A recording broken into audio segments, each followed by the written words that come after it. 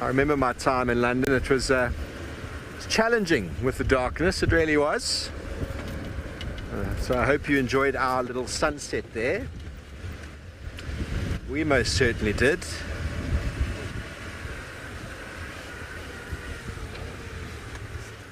We most certainly did. No elephants for us though, but you know, tomorrow's another day.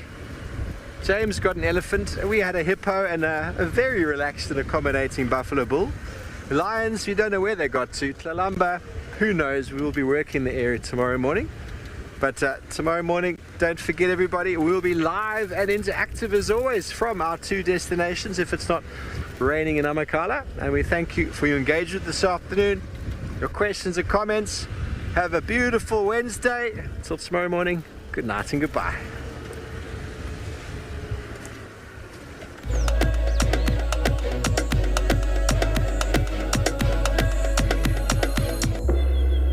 African safari and may include animal kills and carcasses.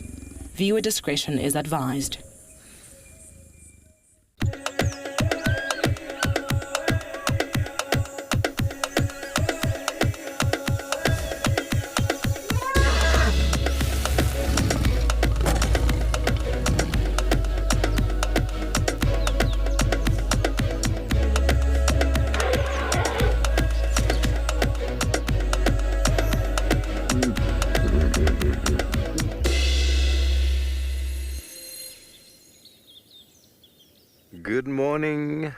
Good morning everybody. Happy Thursday and welcome to the dawn.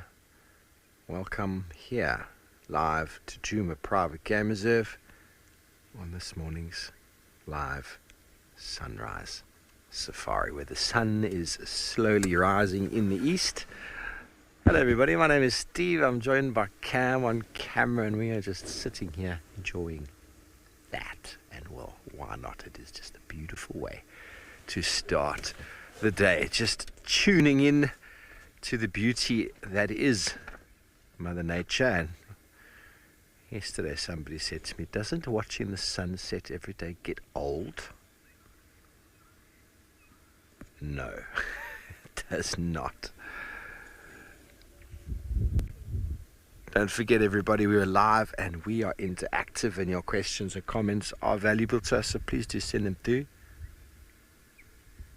on the website of the app, throw them in on the YouTube chat stream, or join the conversation on Twitter using the all-important hashtag WildEarth. James will be joining me shortly, or he is around and about somewhere, I think, and I'm not sure what's happening with the weather in Amakhala this morning, but hopefully Morgan and Eric will be out to join us as well.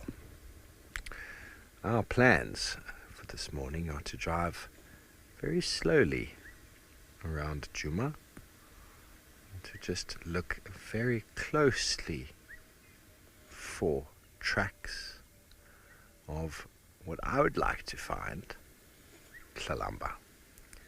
Now along the way, you never know what we will see. We've got some little hidey holes to go and check and tracks to discover.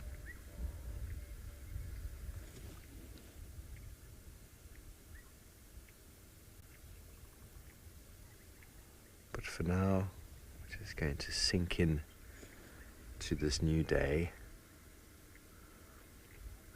setting some intentions for it to be a good day, filled with joy and happiness and positive thoughts.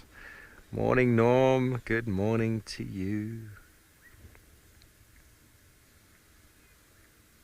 Is there anything you're grateful in this moment, Cam? What am I grateful for? Mm-hmm. Just being here. The smells. Just being here. The fresh air, the smells, the sounds. I'm doing a gratitude journal every day, and it's quite something, everyone. I've got 3 things to be grateful for every morning, and it's amazing how you have to start thinking about that after a few weeks. You have to really start thinking. It gets you into that space of really delving into what is it that is important in your life, and what is it that you're grateful for.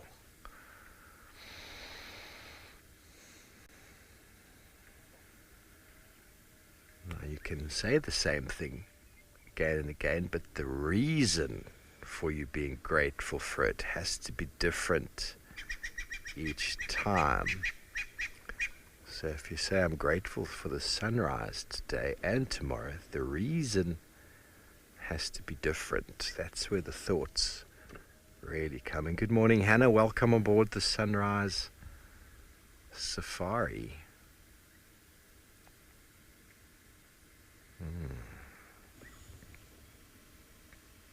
Connecting with the heartbeat of the earth.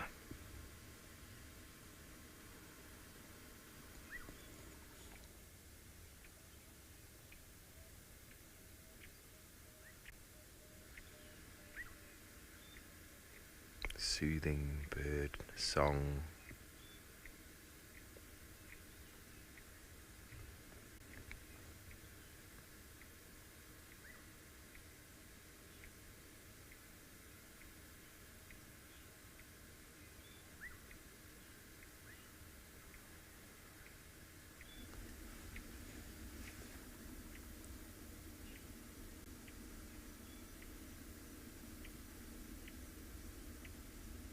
Sun will be rising in less than a minute.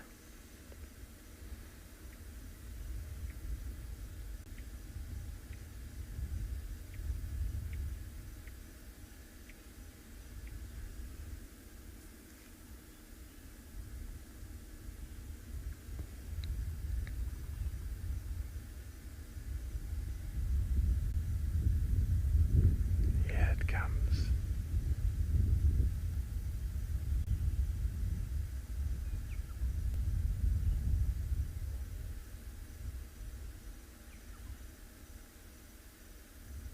Beginning of a new day.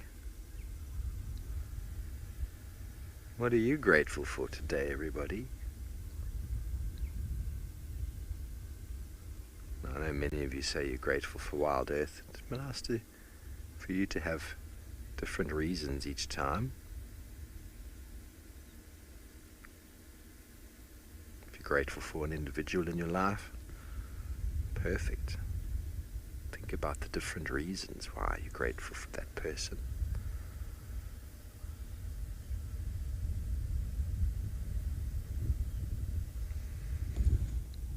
Grateful for the air that I breathe. It's fresh, full of life.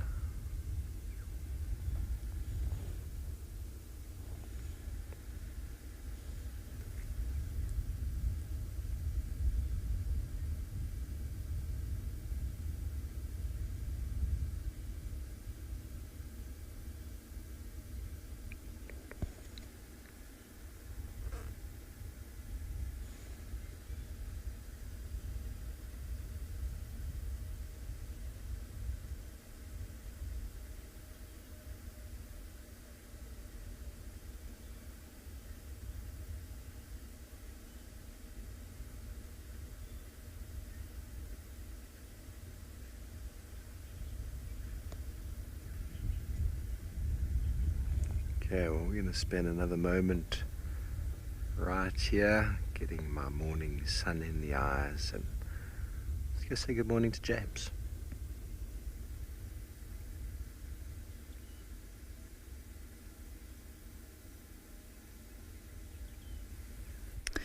Good morning and welcome to the Sunrise Safari, this time on the northwestern side of Djuma, western side of the Greater Kruger National Park, western side of the Great Limpopo Transfrontier Park. My name is James Hendry. That's my winning smile, and Bokomoso BK Malinga is on camera today. We have started the show with the butt end of an impala. It was a whole herd of impala, but then they heard that they were going to be on television and they said, you know, I think what's best is that we show you our bottoms. But in keeping with Steve's theme of gratitude, I'll be grateful for these impala bottoms. Thank you, impala, for your bottoms this morning. Please do talk to us. Remember, hashtag WildEarth on the tweet. Otherwise, you can use the YouTube chat or the website chat.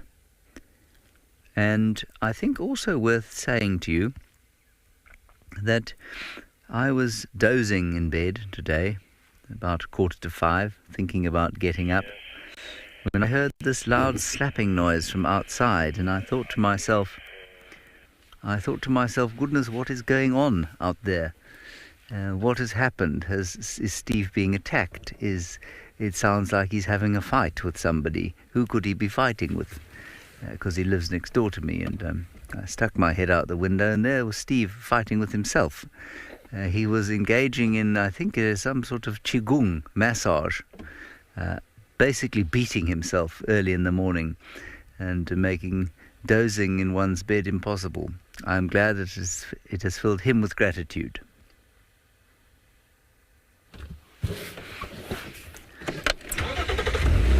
Let's carry on.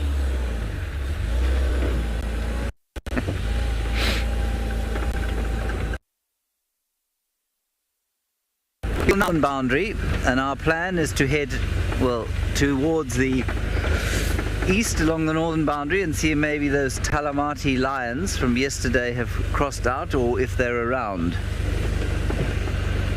Well, I'm glad, Chris Rogue. I'm grateful we can still take them. You say you're grateful you can still watch safaris. I'm grateful that we can take them.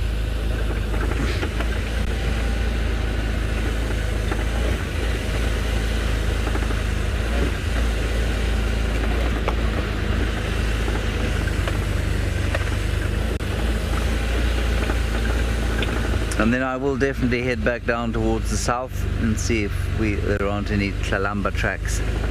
The young, or not young actually, sort of middle-aged leopardess Tlalamba. We do definitely want to see if she's got some cubbies at some stage.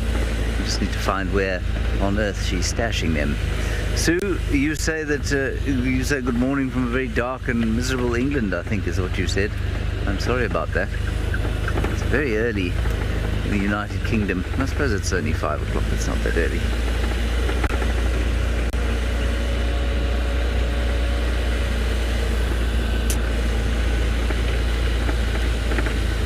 It's going to be a lovely sunrise today. It's not that usual these days. In fact, in the last 7 days while I've been here, I don't think I've had one proper sunrise. No, I have. I've had one. The weather has then been very cloudy and very rainy and very scary.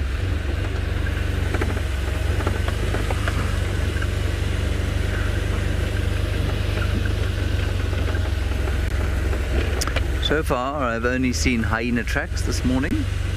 The morning, a whole lot of hyenas going whoop, whoop, whoop. Very early. They've all settled down now. Something was going on out here under the cover of the last darkness.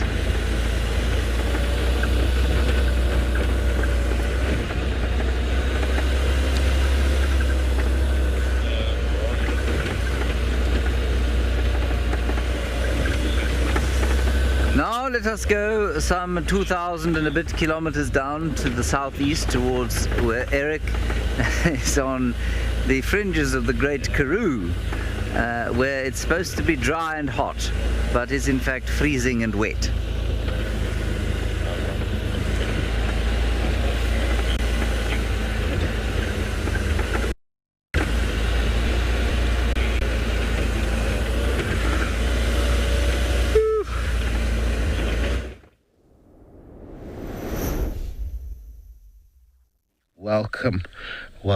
Welcome. We are here at Amakala Private Game Reserve, where you're with us live. And we're in the southern parts of the Eastern Cape, South Africa. It's a much better day today. Hello, everybody. My name is Eric, joined by Morgan behind the camera. And this morning, we are going to be your eyes and ears on what could be. I'm not going to talk too much about it because yesterday I jinxed it. but what could be a good morning today. The birds are out and about and making some noise. Haven't seen any animals yet, but I'm sure we're going to see them shortly. Oh, that's something we don't hear. It's African goshawk.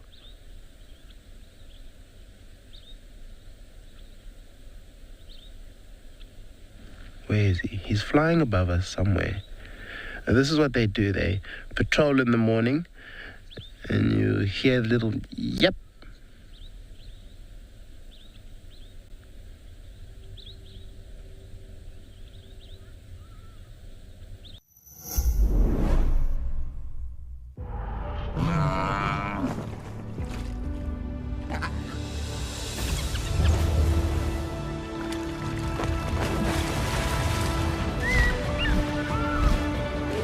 Experience captivating wildlife documentaries showcasing incredible animal behavior for free by visiting lionmountain.tv or downloading the app, accessible on both Apple and Android platforms.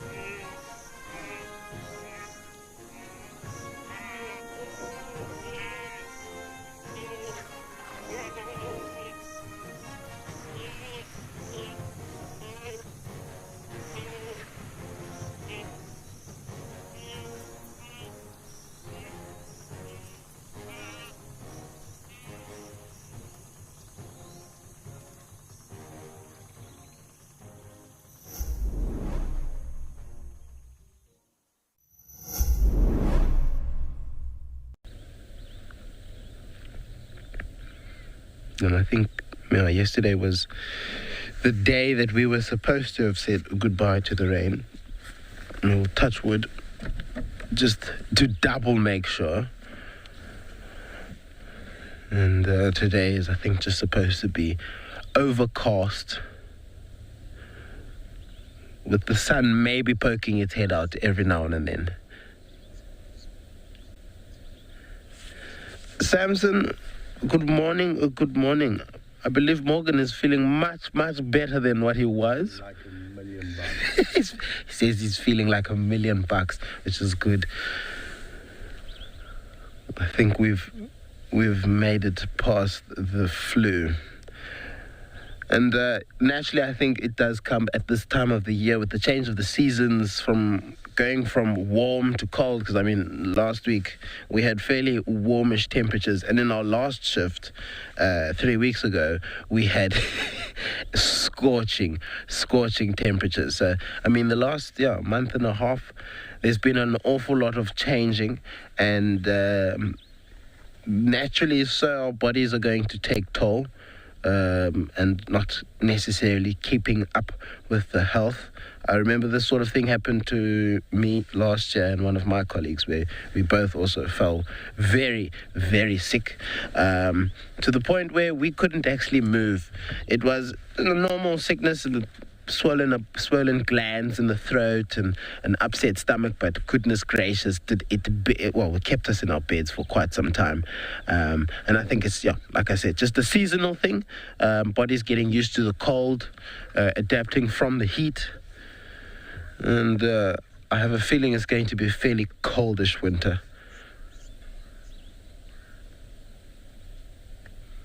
Killian, we're definitely going to try for all of them. It's still, I'm sure there's still aardvark time. I don't think it's going to be, I don't think, if there is an aardvark out and about now, I don't think it's going to be out for too much longer. But it is still a little bit dark. And I've seen, like I said, most of my actual aardvark sightings have been during the early evening when the sun is still up, like a good half an hour, 45 minutes, half an hour to an hour before the sun is supposed to set. That's when I've seen most of my aardvark. And then I've probably only seen one or two, I think. How many? I've seen maybe only 4 at night time. The rest I've seen in the daytime. But that's also towards the end of the day. And I'm sure in the morning we may get lucky. You never know, actually. You never really know with nature and being out here. And just like Steve says, we've got to be grateful for being out here. I mean, I truly am grateful and feel incredibly privileged to be able to do what we do.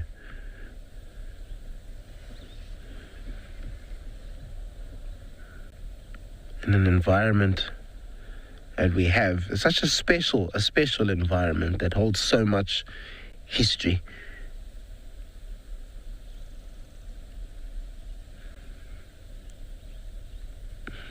So, still very, very quiet. No alarm calls, no wailing jackals.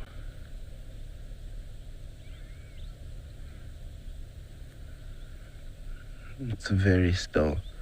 But I imagine this is probably as still as it will be this morning. Because it's going to start getting a bit noisier. As the day progresses, most of the birds start talking to each other, and it becomes... Well, obviously everyone else starts driving around, the other rangers and their guests will start driving around, and everybody will start waking up. I think, yes, this is definitely the best time in the morning. This is the stillest it's going to get, or the calmest.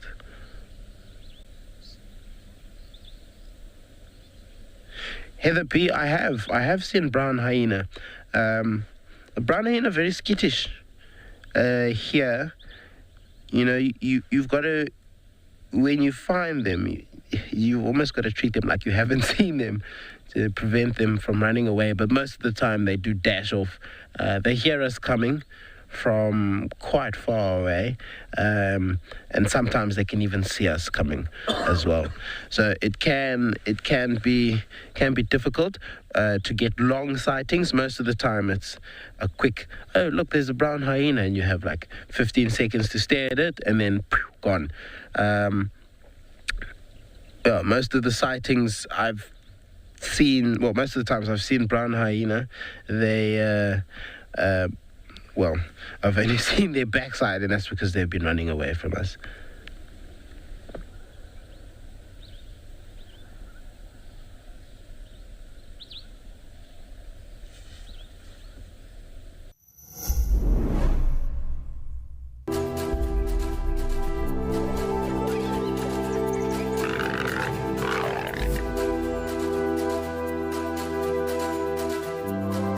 This morning we did have some lions. Cedric's probably going to follow that one.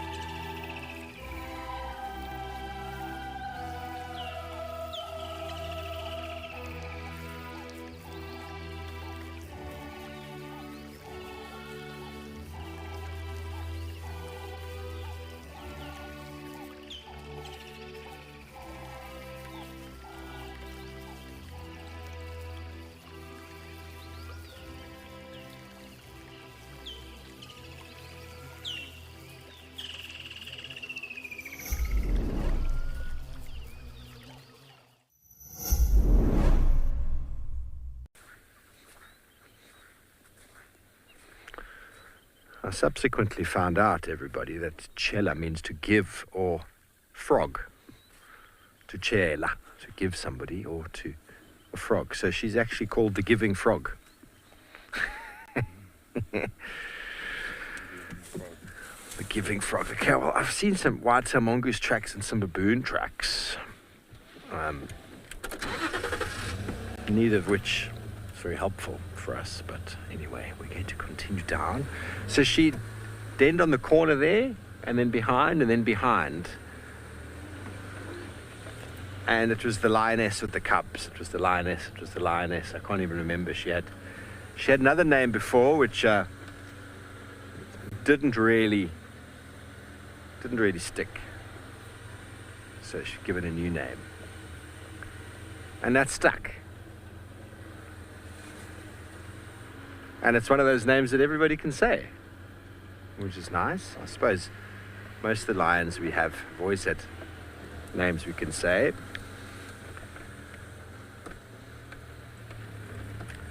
Oh, a big buffalo bull has been walking this path. Oh, and another animal. I might try and get the light behind it. Oh, Picasso, your Thursday wish list would be a tsumi and a tortoise. Let me see if I can maybe get in this little gap here, Cam. What do you reckon? You got a nice... Oh, that's not going to work. Let's go back here. And tsumi and a tortoise, Picasso. Okay. Cam, you tell me. Maybe you can frame it then. I'll just drive back slowly until we get a gorgeous light of the ossicones in the sun. There we go. How's that? Let me know before I switch off. Switching off. Hello, good morning. He's gone forward. Has he gone forward? Oh, maybe he's just bending. He is bending. I can still see his bottom.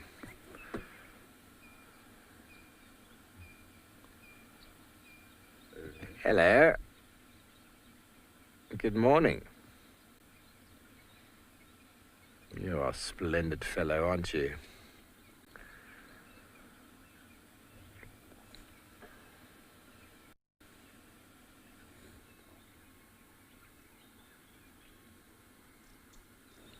Definitely had more giraffe on Druma lately than we've had in my whole time here. Been quite splendid, actually.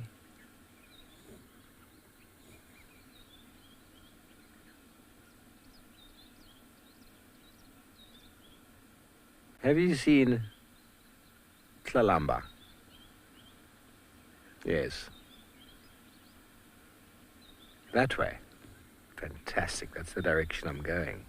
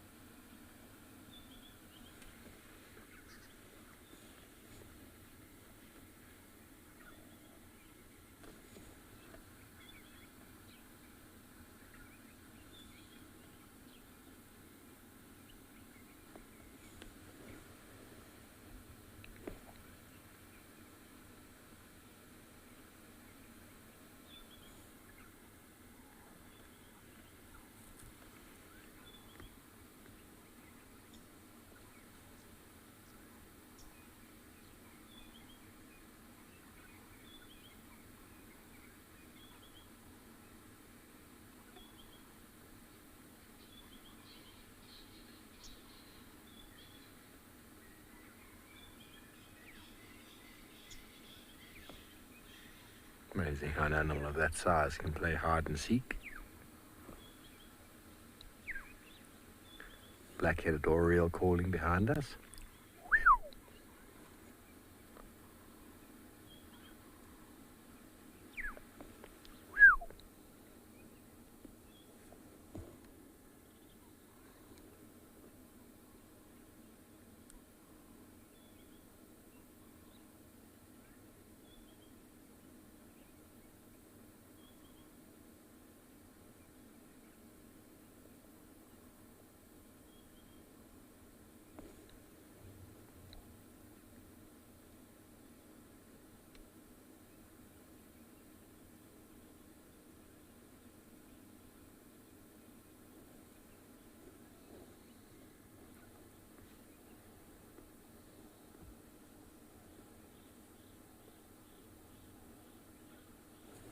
I'm not really sure, Theo.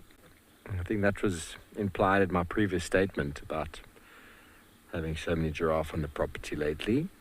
I don't know. I mean, we've had some nice late rain, which has possibly pushed a couple of our trees into later leaf development.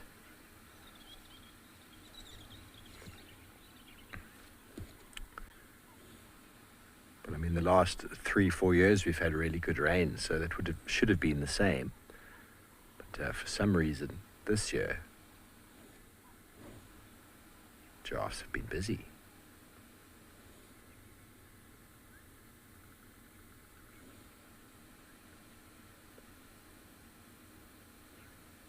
Nice big boy.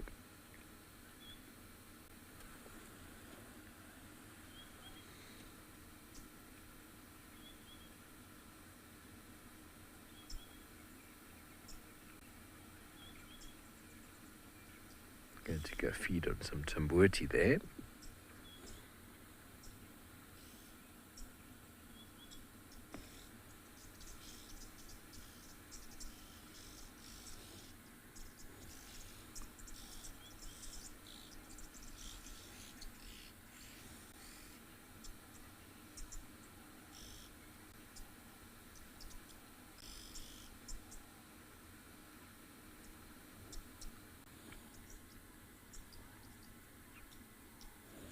As I sit here scratching my inner knee, I have sympathy for these big animals out here. I just spent a few moments off the vehicle this week and I've been thoroughly bitten by ticks. The oxpeckers you heard there and saw there on the screen are constantly removing ticks from these animals' large bodies. They have no real way of doing so themselves and very limited ability to scratch those very itchy places. And as with the mosquito, the whole idea of the tick bite is to prevent the blood from coagulating, and that substance that they put inside of the body is what leads to enormous amounts of itching. You've been bitten by a tick before, Cam? Yeah, the pepper tick, sure. It's not fun, eh? Not fun at all.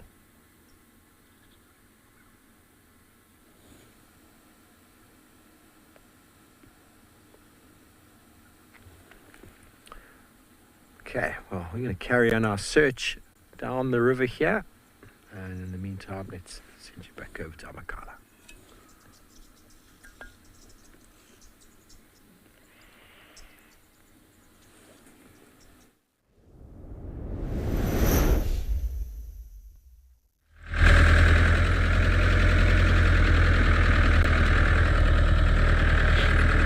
We are bumbling along here. And we've gone through a couple of puddles that were deeper than I had thought. The one puddle was so deep I thought that the water was going to come into the footwell here. It was probably about that far away from going inside. Luckily it didn't. The hole didn't get deeper than it really was. And here's another little body of water here.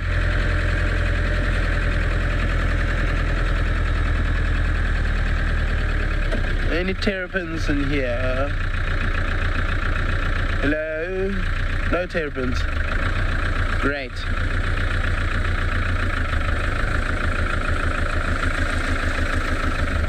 Alright, perfection. Quite quiet this morning. I think it's still going to take a bit of time for everybody to come out and about, start moving around. I think last night was pretty cold for some animals. Ooh, some crowned lapwings.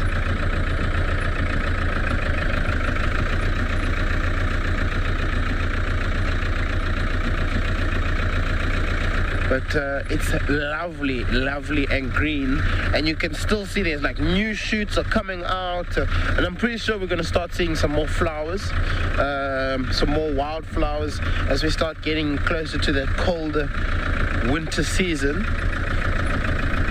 I would say, when did we start seeing flowers? I mean, we started seeing flowers already in March. But it should be in full swing May, June, July. I know in the Western Cape in August, that's when it's at its best. That's when you see a lot of the wildflowers there. Our wildflowers tend to come out a little bit earlier than that, not too much earlier. But no, we're going to start seeing your oxalis, which is a little small flower. It looks like a clover, a white clover with 4 leaves.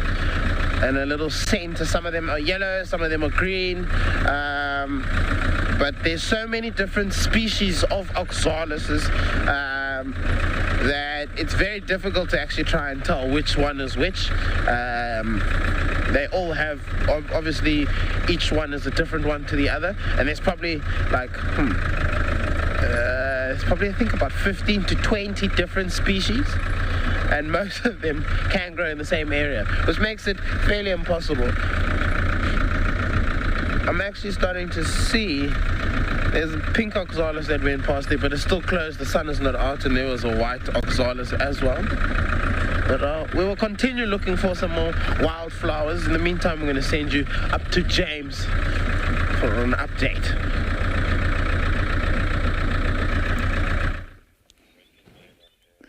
Well, we had a giraffe. I promise we did.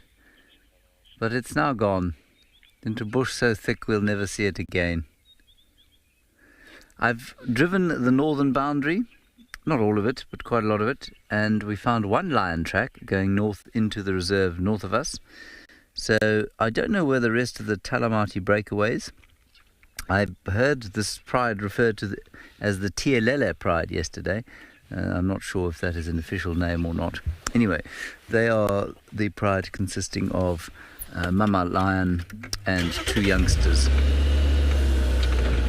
aged roughly 2-ish, I think, if I remember correctly. And I don't know where they've gone. I can't find their tracks. Nobody saw them yesterday afternoon, which was quite odd. And I don't got no tracks for them. The roads are hard, and so they could have cut up. In fact, what's most likely happened is they've cut up through the block there where there are no roads, and then gone over the boundary at a place where the road is too hard to see their tracks. The giraffe certainly looked less than alarmed.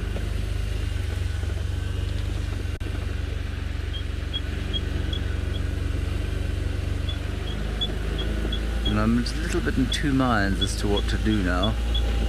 Whether we should continue up back to the north.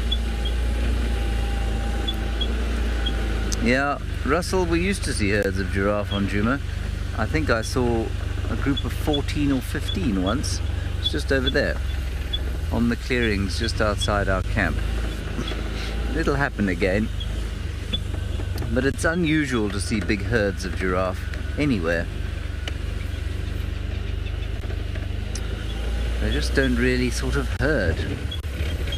Let's just go up here and see if our giraffe has reappeared, or if he is going to remain in the thick bush. It was a she giraffe, a lady. No, but there's a fork-tailed drongo. Look at that. I know. I'm sorry about that, James Richard. I thought exactly that.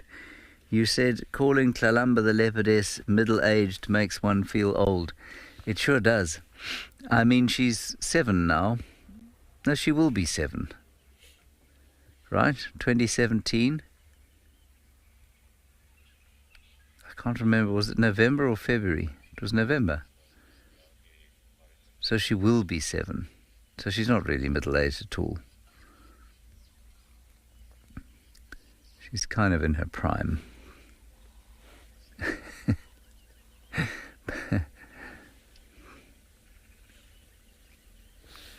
Right, there's some nice stuff going on there in the tree.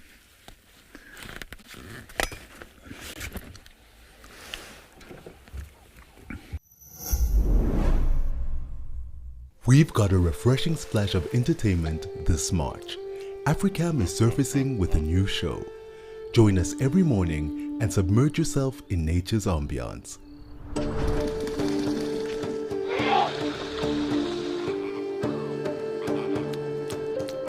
Watch it live and transport yourself to the finest watering holes across Africa. WildEarth, connecting with nature.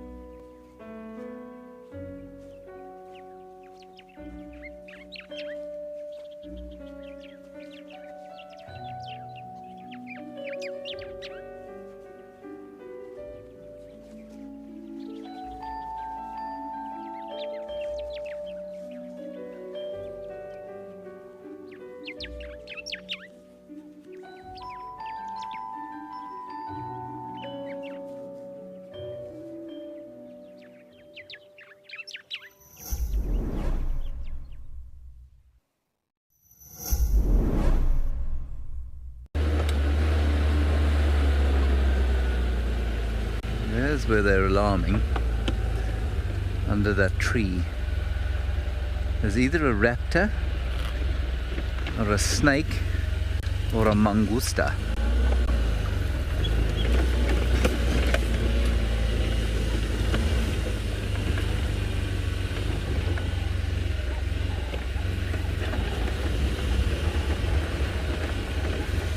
Or a leopard. They're the starlings, and they're going quack, quack, quack, quack, quack, quack, quack, quack. Birchall starlings. They're very reliable alarmers, but frequently it's smaller predators. And now they've stopped.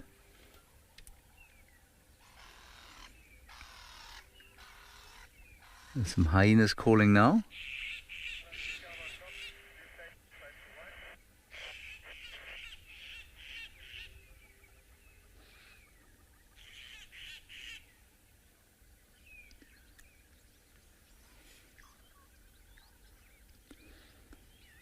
No, I don't think there's anything particularly astounding going on here. Alright, let's continue on our way.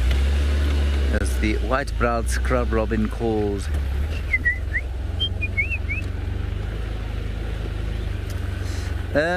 In this part of the world there's only one kind of drongo, Jason. Yes, there's only the fork-tailed drongo. But there are two in southern Africa. There's the square-tailed and the fork-tailed. Square-tailed you'll find far more in forested areas. And then if you go into Asia, there are quite a few. There are quite a few Asian species of drongo. So I think India there are about 5 or 6 different drongo species. And they'll spread throughout the warmer parts of Asia. So there you go. You do definitely get a lot more than just one drongo, but we only get one here. Right, I'm going to go back up to the north, just along this road that we haven't travelled yet.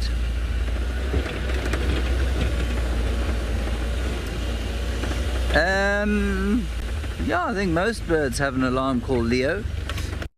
It's quite difficult to discern, so you can't really pick them out. And yeah, absolutely, some raptors have got alarm calls, and therefore I suspect most do, if not all. The Wahlberg's eagle is the most obvious one. They make a high-pitched whistling sound when they've seen something they don't like. So if there's a leopard or a lion or something, that Wahlberg's eagles will sit above, going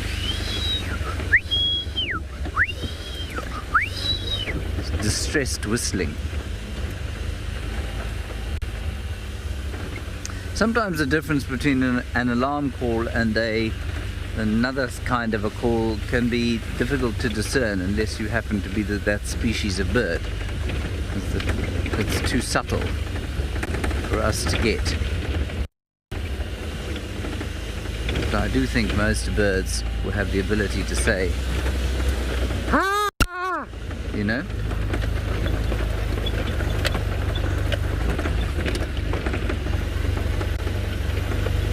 Just explaining, BK, that's what birds are doing when they're alarm calling.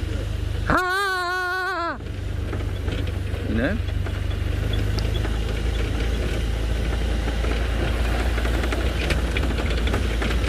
It's still very thick for this time of the year. And I'm hoping that the grass is going to dissipate slightly now and make things a little easier. Now remember, there's a very good chance we're going to come off DSTV at the end of the month, and we would love for you to come across and join our YouTube membership. Anyone can join our YouTube membership, and I think it would be magnificent if all of you who are watching on DSTV migrated across to YouTube.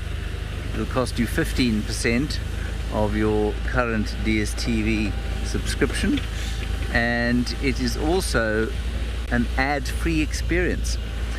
And I know that some people are technologically disinclined, shall we put it that way. In other words, when you say to them, well, why don't you watch us on YouTube, I can tell there's a psychological blockage. And it's so easy.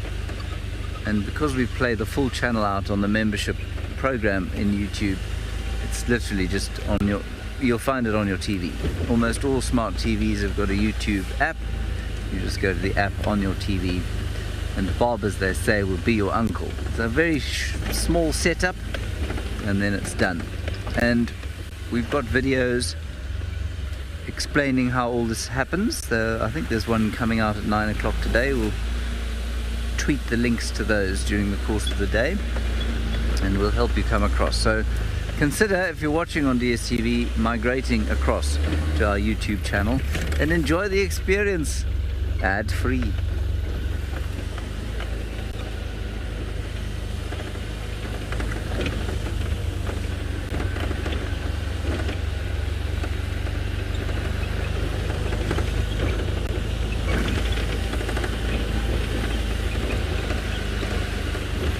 I have no idea where this little pride has gone. Unless they split up and one of them went to the north.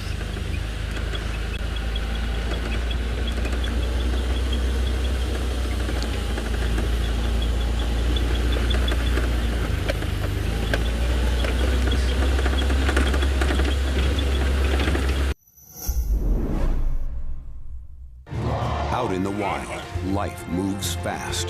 To capture the action, you've got to be in the right spot at the wrong time. Now, incredible animal behavior, selected from amazing amateur and professional footage, to reveal the secret lives of animals in motion. This is raw nature, caught in the act. WildEarth, connecting with nature.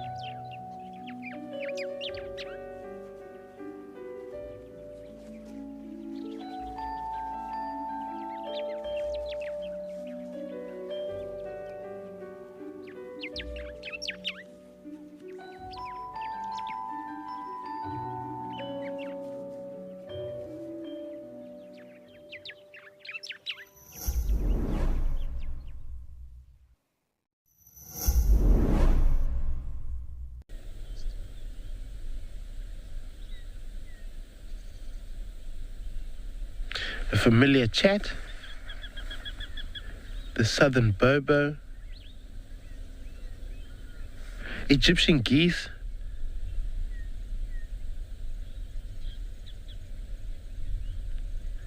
at the moment it's helmeted guinea fowl. I've been hearing the helmeted guinea fowl, but I can't tell whether they are below us at the bottom or if they somewhere at the top here or maybe even somewhere mid mountain climb. I highly doubt it. I think they're at the bottom. Guinea fowl are very, very loud birds. Very loud birds, but they're also very, very pretty, and they do very well in keeping themselves out of trouble.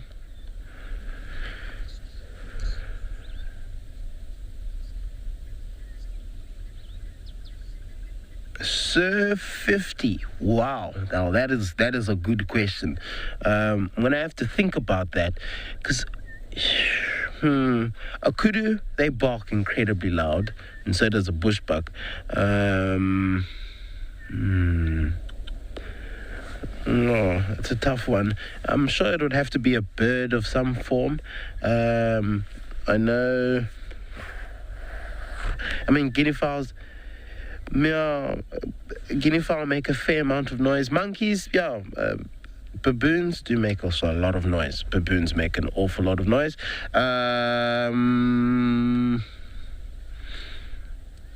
Sheesh.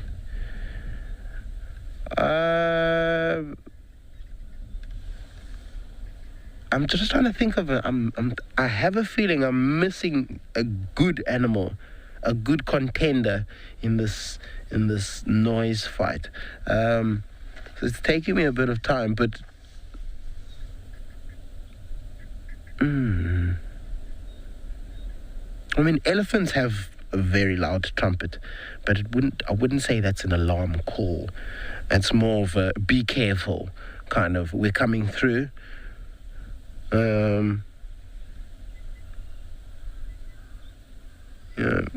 There's different pitches, a baboon and a bushbuck and a kudu, that's a very low, deep bark. And you get something like a mountain reedbuck, which is the scream. It's like a very high-pitched scream or whistle. No,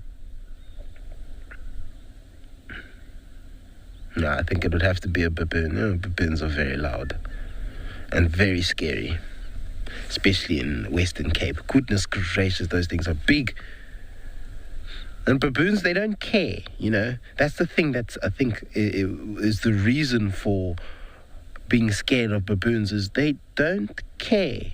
They have the power, and they know they have the power. And that's what makes them even more scarier, is they get awfully confident, But that's also when they come into contact with people on a daily basis. The baboons that are here, I wouldn't say I'm scared of the baboons here, because I know that the baboons, as soon as they see us, they move away immediately. I mean, they have a healthy respect for us, they don't try their luck. They haven't come into they've come into contact with people, but they haven't come into contact with people enough to know that people mean food and water and possibly something else. Oh my goodness, Susan, a howler monkey? I haven't heard a howler. I think when was the first time I heard one? I think it must have been grade 6 when we went on an outdoor education tour to Tsitsikamma, and they took us to Monkeyland. My goodness. Walking into Monkeyland, there was the howler monkey on top of the cage, and obviously he does what a howler monkey does and started howling. None of us had ever heard that before, and naturally we jumped out of our skin. But it was a pretty awesome experience. Howler monkeys definitely up there. Vervet monkeys as well. Vervet monkeys make a lot of noise. Edward, I feel your pain. Roosters, and for some reason they love that 3 o'clock in the morning, 2 o'clock in the morning roost. It's time to wake up. No, it's not at that stage. 3 o'clock is not the time we should be waking up.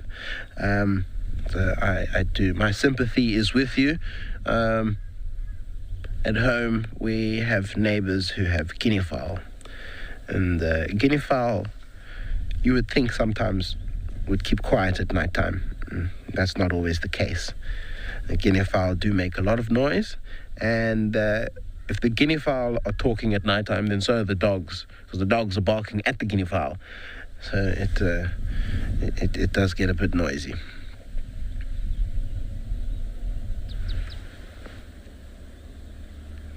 I've heard some jackals howling in the very distance.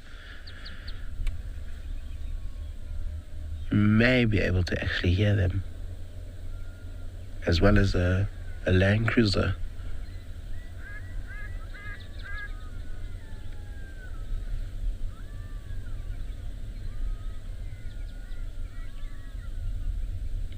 It's probably about 4 jackals. There's a hardy dog making a noise as well.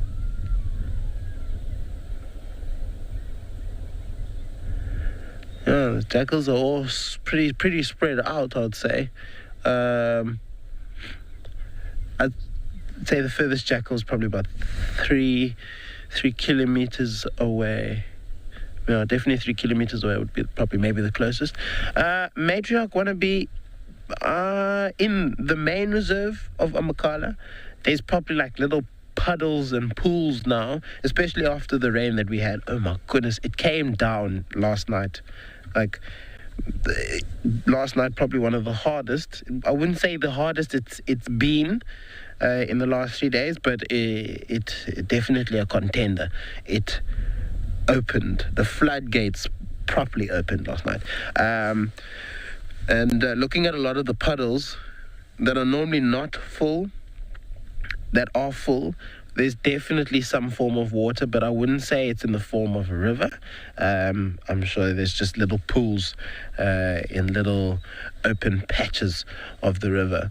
I'm sure where the river comes from and our neighbors, I'm sure they've also got a bit of water that might start overflowing onto our property where Pumalela is. So hopefully it starts filling up there. But I wouldn't say there's too much water. But, well, very good question. Anyway, we're going to send you back up to Steve.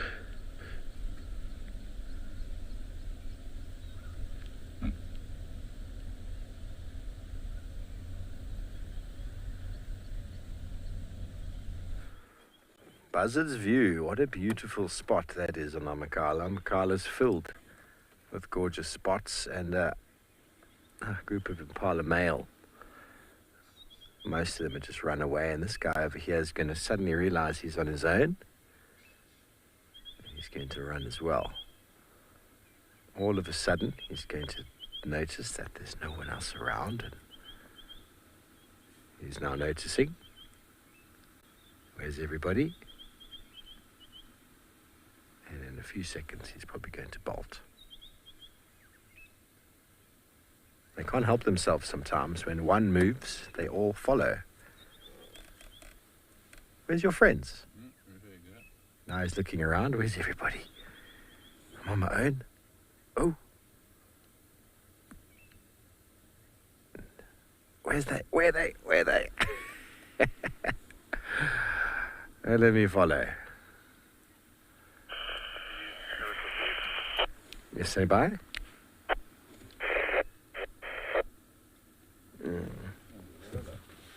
Sorry, I'm not copying. Can you try that again, please? You're welcome to go through the weekend. Thank you very much. Okay, so we're just coming on to Chitwa. We haven't had any tracks crossing the river on Juma. Come down to Chitwa, have a little scratch around. Cam's spotted bird that's laying in the tree. Obviously the light is not ideal. Just before we go down this hill, we are going to lose signal for a moment as we go down the hill. So, back on me, Cam. Okay, thanks for that. I thought you were watching the monitor. I was watching the monitor, and I was hoping that you weren't coming back to me. Sorry. But I suppose I should have said, don't come back to me. Because, well, we've got to go down this little dip, and we might lose a little bit of signal, but once you're on the dam wall, it'll be good again. We're hoping Chitwa is going to be all sorted soon, now that the rain has stopped. But while we do that, let's send you over to James and see if he's had any more luck with his single line track.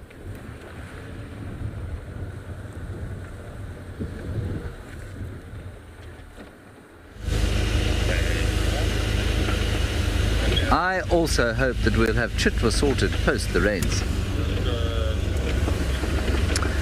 Nothing since I last saw you. Not even a bird. A couple of trees, a lot of grass, but nothing has turned up to pique my interest. But it will happen. Something will turn up to pique our interest in the course of the next little while. Excuse me yawning like that. Now, people wander around this part of the world talking about the red bush willow, the russet bush willow, the variable bush willow, and the large fruited bush willow, and the river bush willow, and the creeping bush willow, and all the different kinds of the bush willows. But I think that these things hybridize because they just don't look the same. Wait a second, BK. Don't be so impatient with me.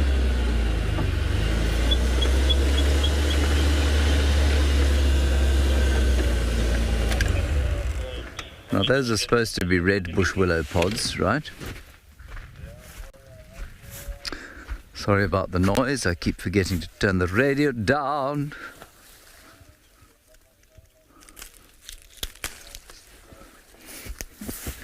These are also supposed to be red bush willow pods, and they're a subtly different colour, and they're the same age. And then you'll find all sorts of other kinds of variations, and I wonder, maybe they're just sort of like human beings in that they look different. They're not all the same.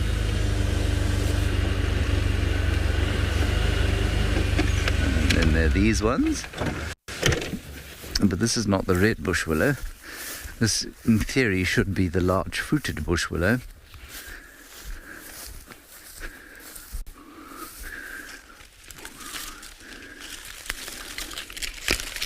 How do you know it's called? How do you know it's the large fruited, BK? Because it's got large fruits. There we go. Well done.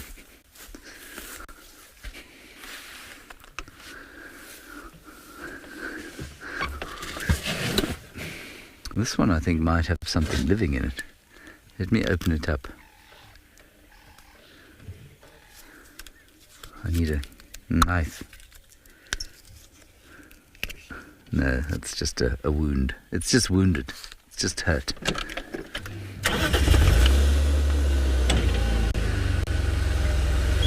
The classic four-winged fruits of the Combretaceae. No, Trevor, there are no plants out here that we're just not allowed to touch. There's some plants you definitely don't want to ingest, but there are none that you know, are going to create a great deal of discomfort if you touch them. I say that. No, there aren't any here. You get species of nettle in South Africa that will, you know, give that sort of nettly sting. But really it's not particularly painful and long-lasting. We do not have things like you get in the States, like the poison ivy, for example. We don't have things like that. I've no doubt in Australia there must be lots of plants you can't touch either. Maybe it's just the reptiles and invertebrates that try and kill you there. do seem to have an inordinate number of murderous creatures.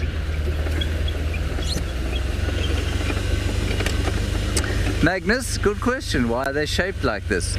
Well, they're shaped like this because the wings allow them to be cast to the wind. So when they're dry, they become quite light, and then the wind blows and they go.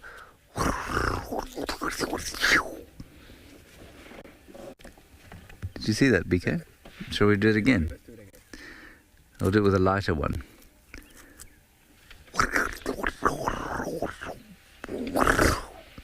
Did you get that? Yes, thank you. Luyanda has picked it up. Luyanda is directing the show today. He says that is the sound of seed dispersal. So it is. So it is.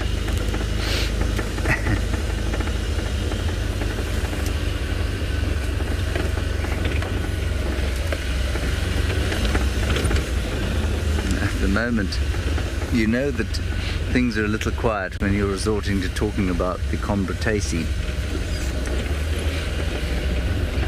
It's such a busy morning yesterday. It was a wonderful time with Kalamba the leopardess. But that's how safari goes. This is probably Juma's premier sort of viewpoint.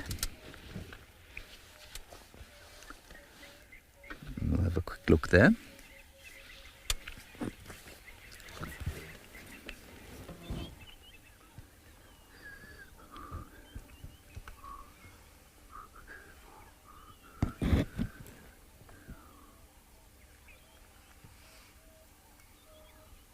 What is that?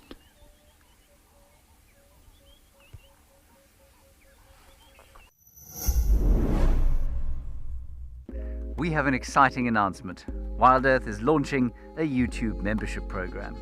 For a nominal monthly fee, members get an ad-free channel, prioritized questions, early access to videos, and many more perks. You'll get fun features like badges and emojis that'll make you stand out in the chat.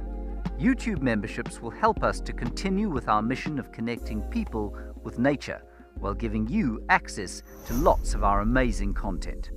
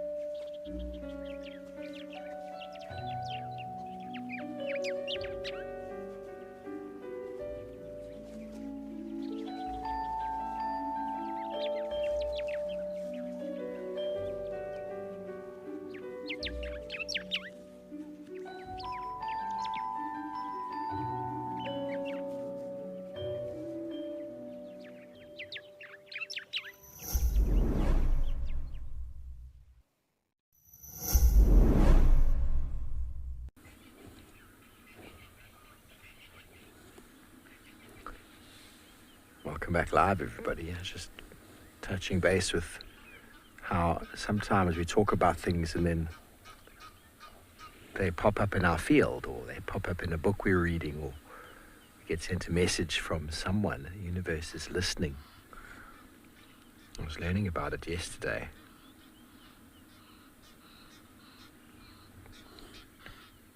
And the Schumann resonance obviously has been felt and known by ancient civilizations and tribal leaders for a very long time.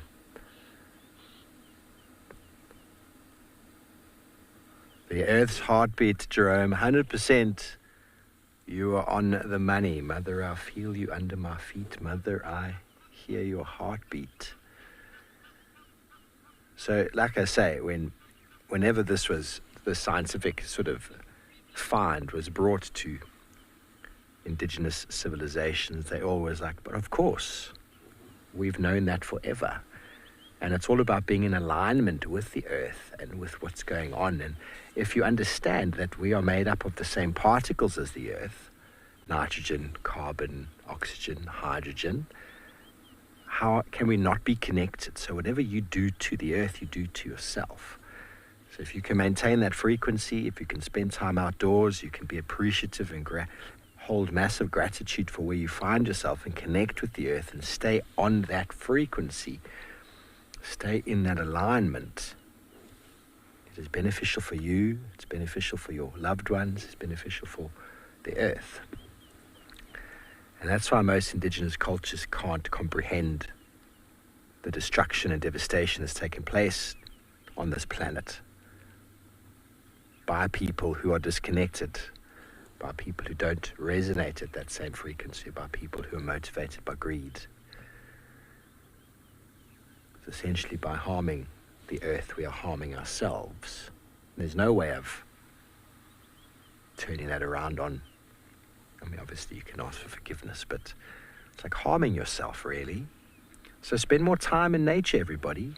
Spend more time in your park or in the forest or on the beach, and barefoot if you can. So direct contact with the earth.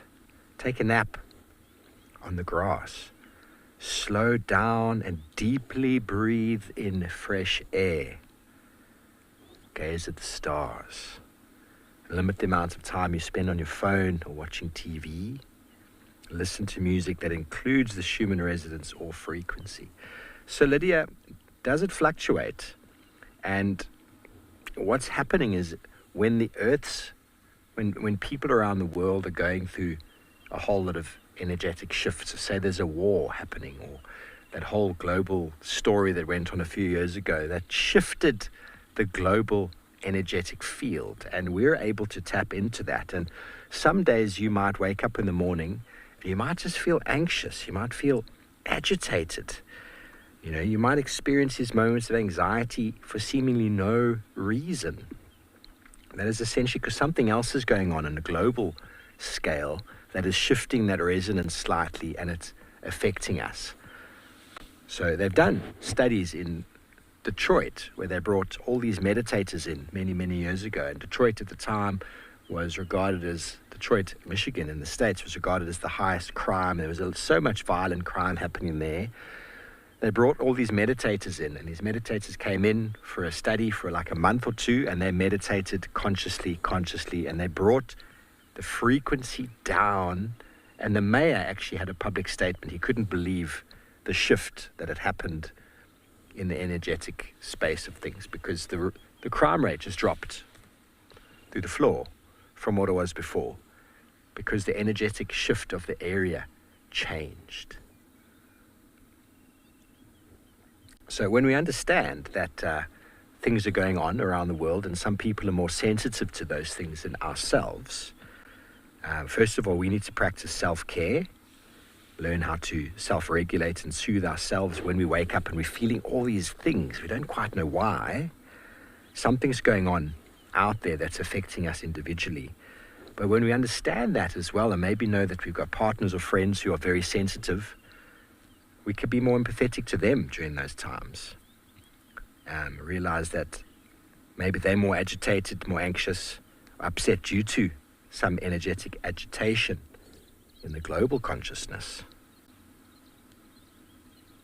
So when you're going through something, or when there's maybe a big lunar eclipse or solar eclipse happening, maybe not the best time to have that very important meeting, that very important, strong meeting that could bring up all sorts of energetic things. Maybe reschedule it for more peaceful times.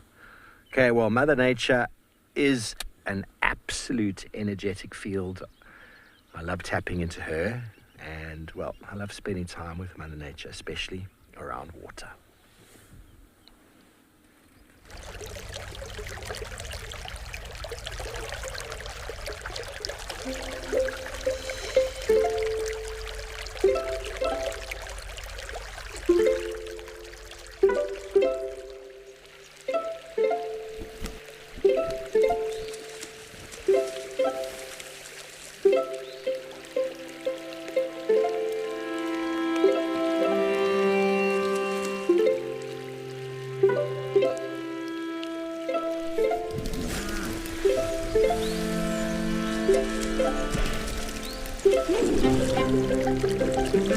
Waterholes are nature's gathering points for friend and foe.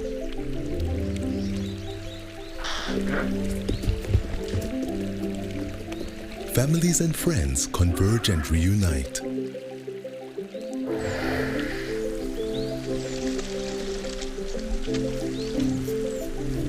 Others seek relief from the midday heat.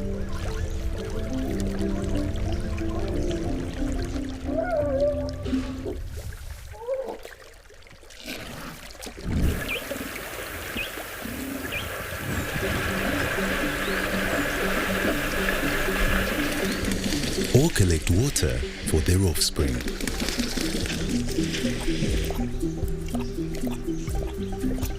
Some must drink daily.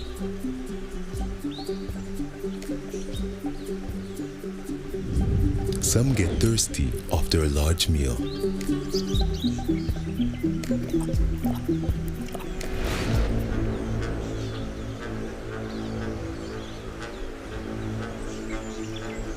Murky water can be camouflaged.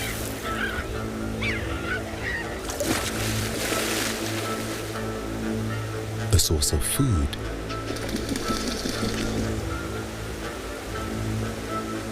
And sometimes safety.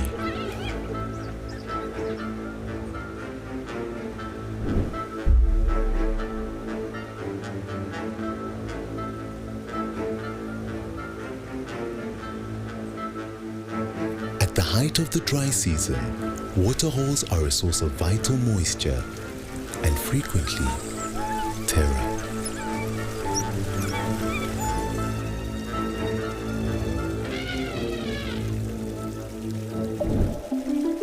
Whatever the season, waterholes provide a sense of peace, wonder, and wilderness entertainment.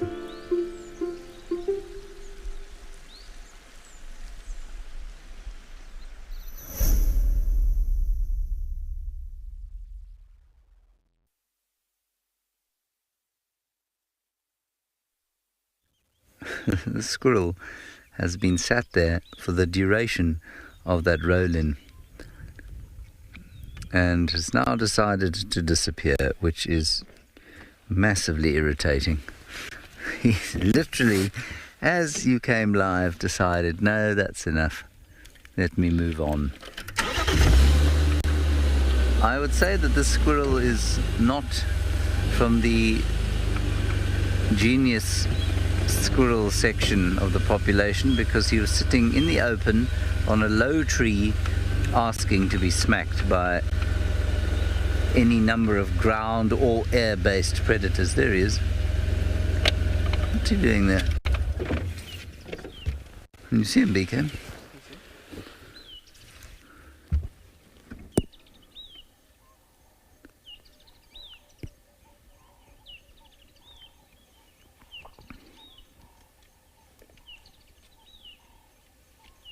It's rather sweet. They all are.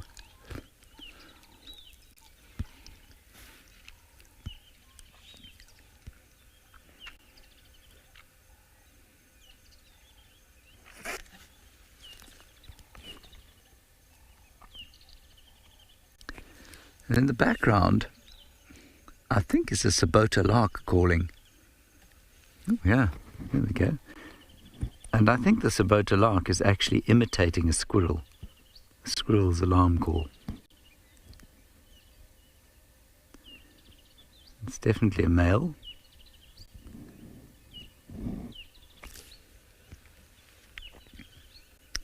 And there would normally be some sort of family setup close by, his wife and children, or another male friend.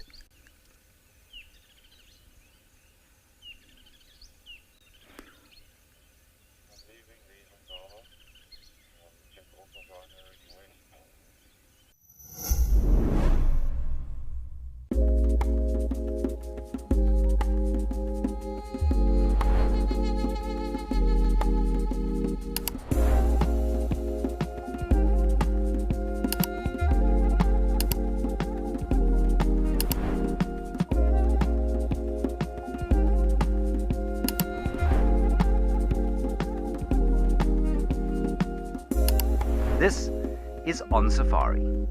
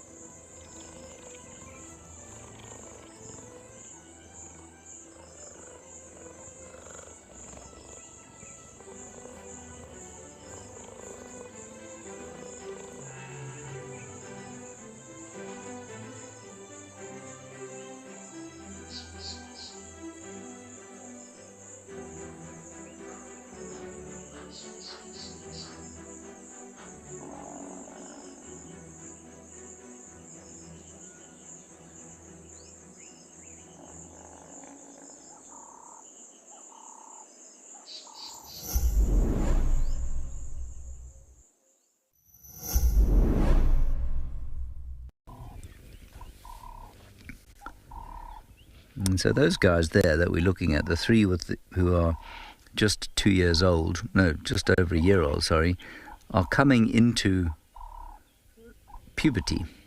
And so as this time of year pulls around, they're going to feel the stirrings of testosterone coursing through their hitherto young bodies, and they're starting to dislike the sight of each other.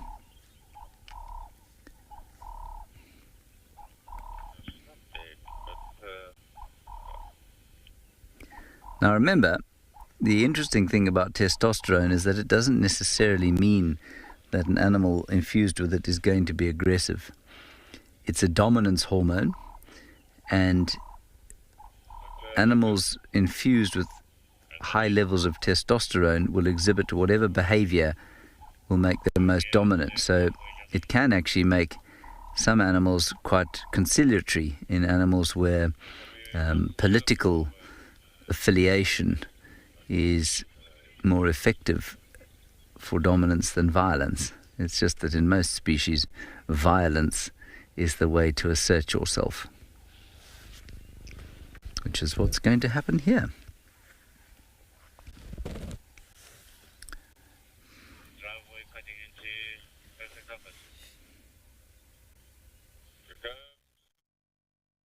Chitwa Chitwa with the migratory herds of the brindled gnu.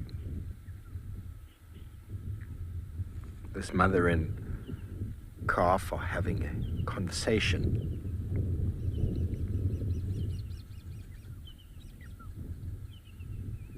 They're discussing the weather and whether it's going to rain again.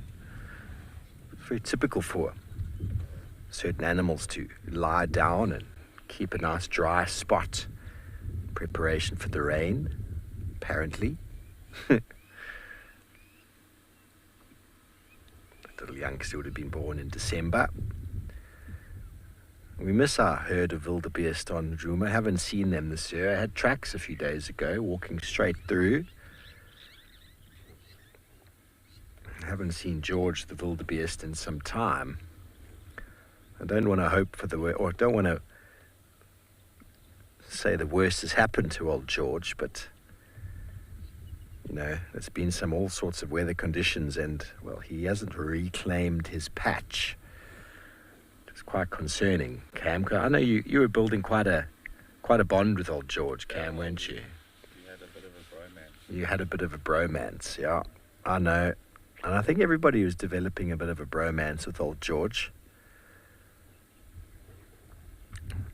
So let's hope the worst hasn't happened. He's just gone on a bit of a long weekend, school holiday weekend, you know, Easter holidays. He's maybe gone for a little jaunt down, check out another part of the area, maybe check out an area that's a bit more suitable for him, maybe an area where the ladies are hanging out. It makes a lot of sense. He was all alone there for some time, trying to figure out why he doesn't have any visitors, double checking on his real estate agreement. His real estate agreement kind of guaranteed he'd have ladies visiting him from time to time, but somehow that doesn't seem to be the case.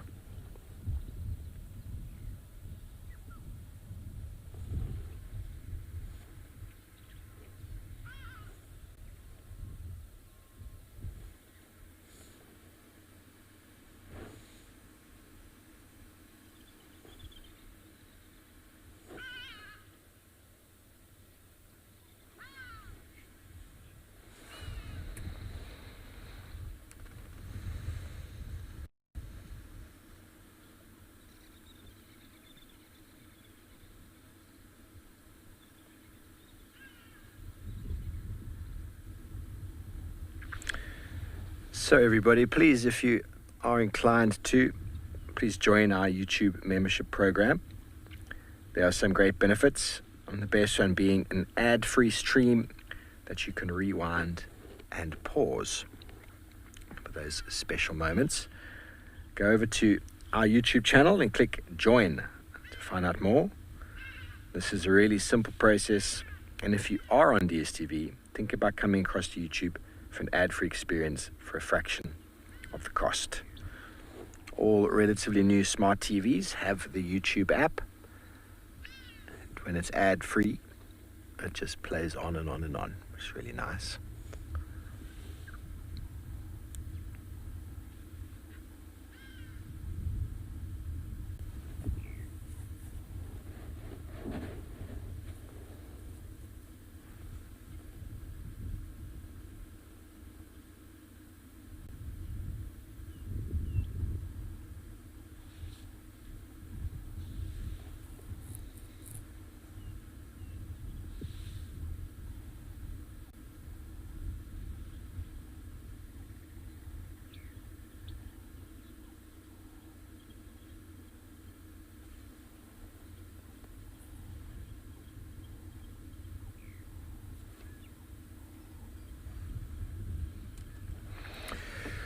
Well, Michael, I'll be honest with you, that wildebeest who hangs around on Chitwa, his name is not George. So I don't know what his name is, but his list here, maybe he's Charles, because Chitwa's on Charles. Charles is on Chitwa, I don't know. But it definitely would be two different areas, two different open areas that have been chosen by different dominant male wildebeest. And most certainly, this area seems to be far more suitable at the moment The reason I can tell you that is because there are wildebeest here. Animals will hang out in their preferred habitat, hang out in their preferred area of suitable habitat. When there's been lots of rain and the bush densifies, the wildebeest like to be in the short grasslands and open areas where they can see. They are very prone to predation by a lion when the vegetation's dense.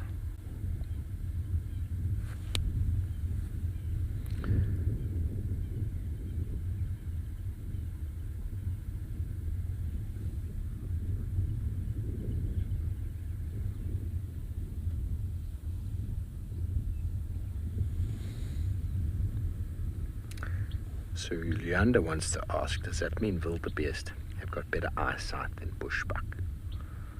It's hard to say, really. Both of them have got decent eyesight. Wildebeest are one of the most vigilant. Wildebeest male is probably one of the most vigilant animals you'll see. But wildebeest in big herds, they get lost in the numbers, and so they forget to look because they think someone else is looking. But when you're in an open area, you don't have to have the best eyesight because, well, an animal isn't very good at hiding when there's no camouflage or no grass to hide under. Bushbuck, kudu, nyala, or normally a little bit more densely vegetated areas, their senses of smell and hearing are probably heightened, although they are still very visual. You'd probably say that a wildebeest's sense of hearing is not as acute as its sense of sight, whereas the bushbuck's probably got a higher sense of hearing versus its sense of sight. But I would still say they're both quite well developed.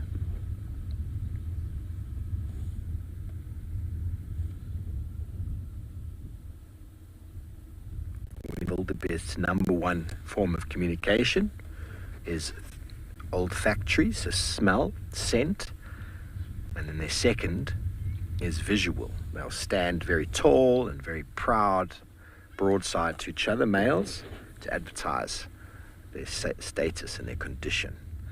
But then we also know that they do call.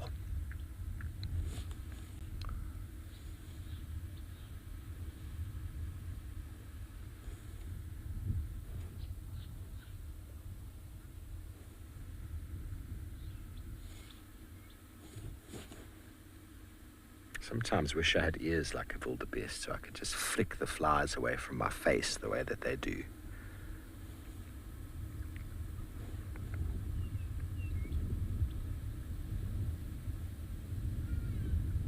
The ability to shake one's body like that, flick the flies off of the skin when they're biting.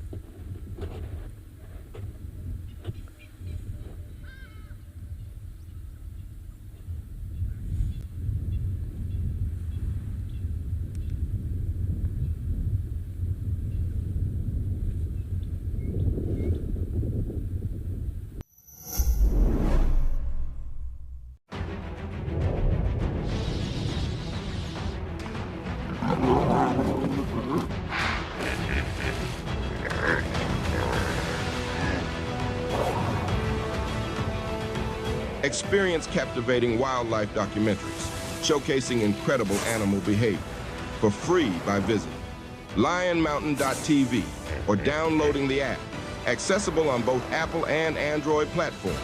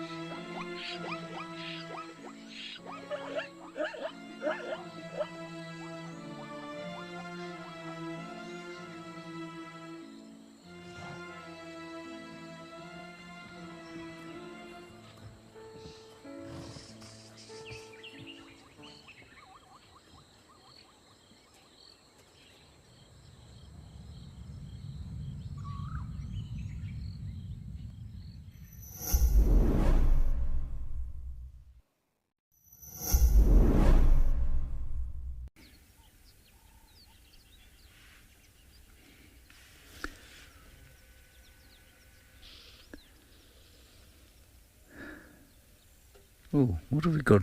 What birds have we got up there?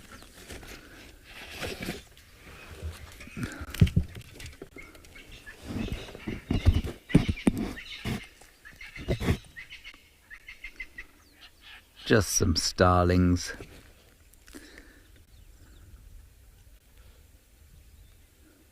Oh, very quiet. Oh, big action coming down.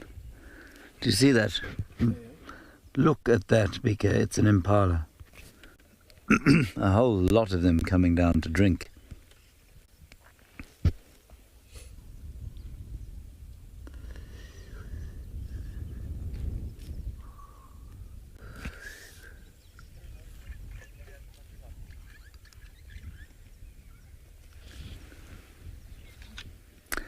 You may well have seen lilac-breasted rollers, Luyanda. I don't have a monitor, so I can't tell what on earth BK is looking at. Did you see the breasted rollers? I heard them calling. Okay. Right. Well done, Luyanda. Okay, I can see them now.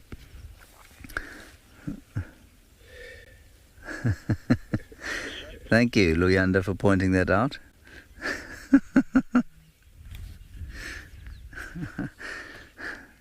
I had no idea what BK was looking at. Welcome back to those of you who have just rejoined us. We're looking now... What are we looking at? We're looking at impalas coming down to drink. We had a bit of confusion. I called a lilac-breasted roller a starling because I thought that's what BK was pointing the camera at. But in fact, BK had thrown me under the bus. And he was then reversing the bus over me and putting it in gear and coming forward over me 3 or 4 times until, thankfully, Luyanda in Johannesburg said, I think those are lilac-breasted rollers. There's no breakfast for BK today, that's for sure. Blame it all on Luyanda.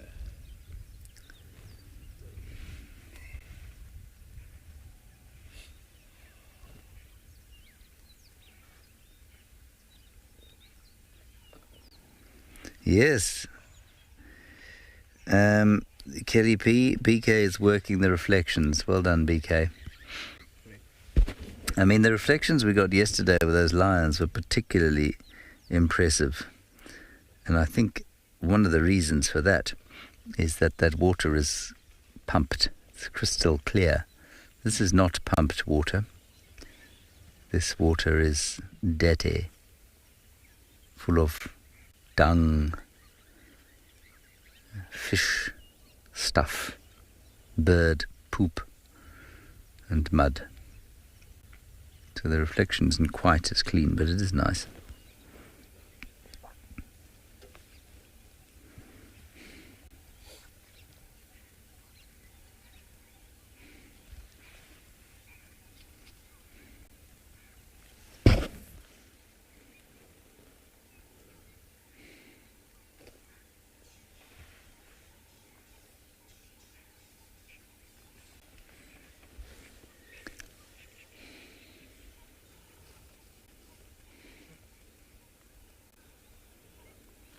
See, there's a bit of fighting going on. You can hear that distinctive sound, that of the horns hitting, is a classic, and it's the kind of sound that attracts predators at this time of the year. No, Gavin, most antelope species rut to a greater or lesser degree. These guys are the ones that do it with the sort of most obvious timing. So, and deer also go into a rut. So it's a period during which any antelope, I suppose, goes into this state of heightened testosterone just prior to mating. So lots and lots of them rut. In the case of topee, it's quite interesting. They do something called lecking, and human beings are also a lecking species. And lecking is basically where the males prance around. There is physical violence sometimes, but a lot of it's just sort of posturing. And they do it in an obvious area on a stage, and the ladies watch them and then select. So it's very much like in a pub or nightclub where men prance around. Sometimes there's physical violence, and at the end of the night the ladies pick the ones they want or decide that they don't want any of them.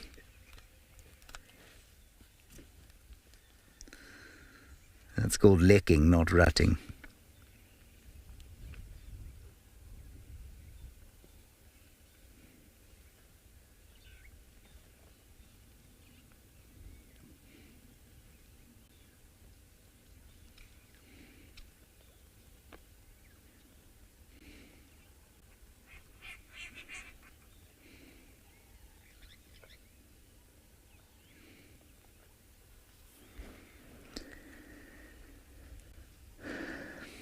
Evan, this is a very nice, peaceful scene.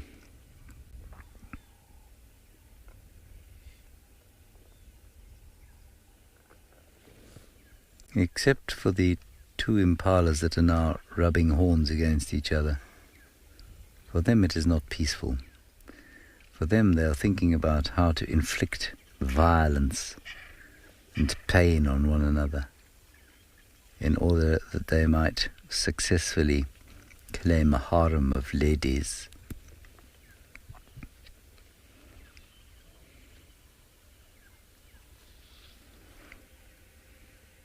I think being a male impala must be utterly, utterly exhausting.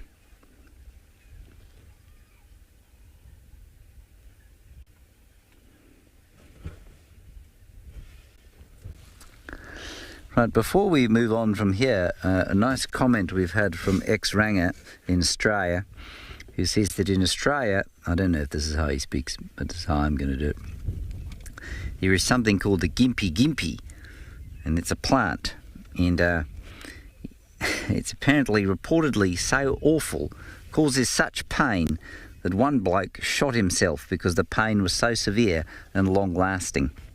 So that's the gimpy plant in Australia. Like I said, lots of stuff there wants to kill you. Let's go to Eric, who will speak normally and tell you about Amakala.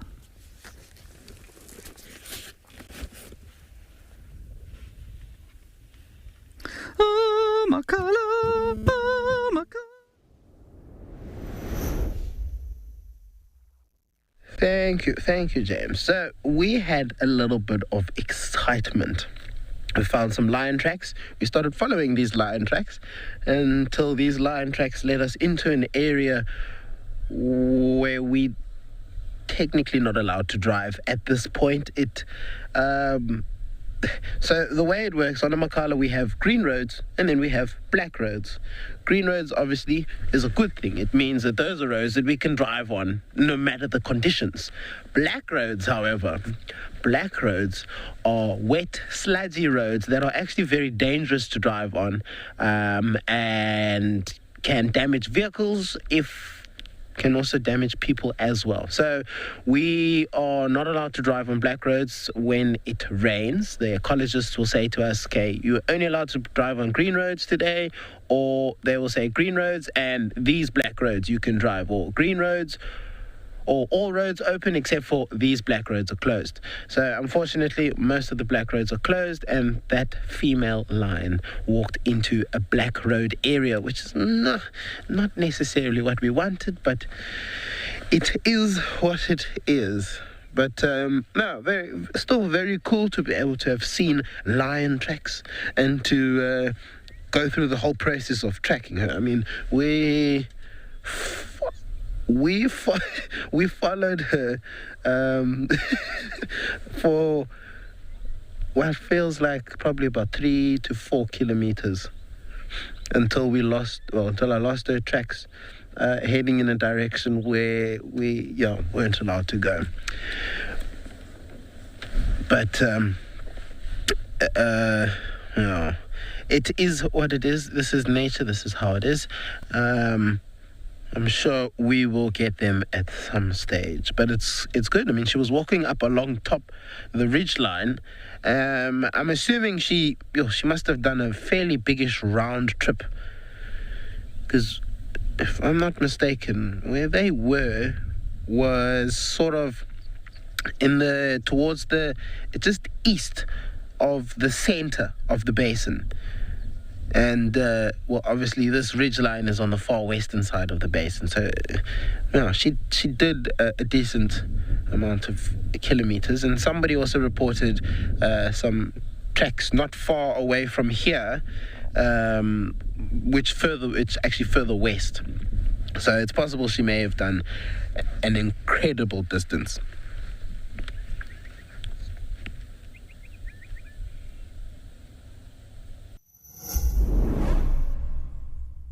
Oh, how time flies when you're having fun. WildEarth is turning 17 and we want to make the years count. 17 years of achievements, close encounters, and special memories. He's got it, and he's straight up a tree. Come along as we reflect on our top 17 greatest moments. Here's to more years of connecting you to nature. WildEarth, connecting with nature.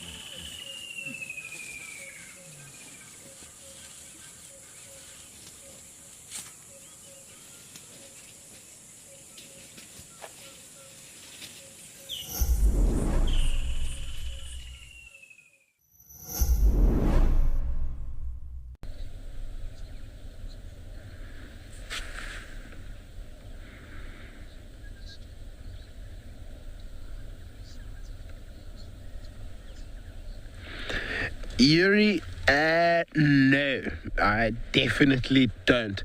I know a few, but and those will probably be like the ones that I see the most of. But typically speaking, I'd say, sure, my scientific names is probably only 30% of the plants that I know. It's not very good. It's something that I'm trying to get better at, but it's very difficult. I mean, they're long Latin names, the scientific names, and they sometimes can be very, very difficult to try and sound out, pronounce, just read in general.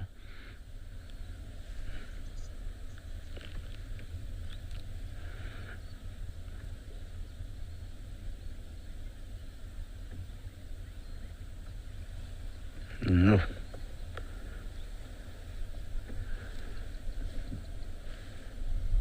Had some impala alarm calling there. The ratting bark.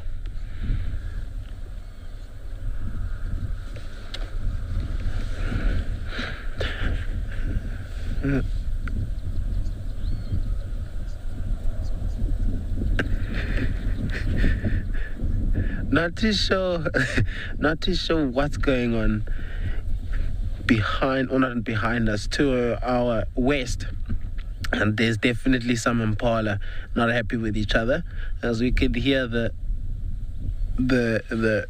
sneezing. It sounds like sneezing. It's the same, almost very similar to like a blesbok. And then you can hear the grunting.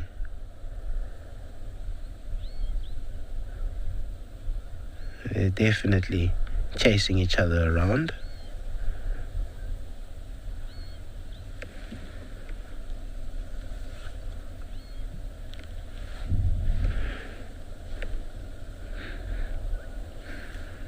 Sure. What a beautiful environment that we work in. Unbelievable. This ridgeline holds some of my most favorite views. I think the view that I love the most is actually one that is it's not difficult to get to. It's not an easy one to get to, and we definitely cannot get there now, even if we wanted to. We have to go through a series of very, very bad black roads in order to climb up onto that slope. But for those of you who have been on Amakhala and know a little bit, my favorite little lookout spot is directly above Hills Neck Safari Lodge. So in the very far eastern corner of the reserve, it is also one of the highest places on the reserve, and overlooks the basin in all of its splendor. Oh, that sun is gorgeous. Oh, that's nice. Ooh. Morgan's just going to switch ND filters. You may see a change of light.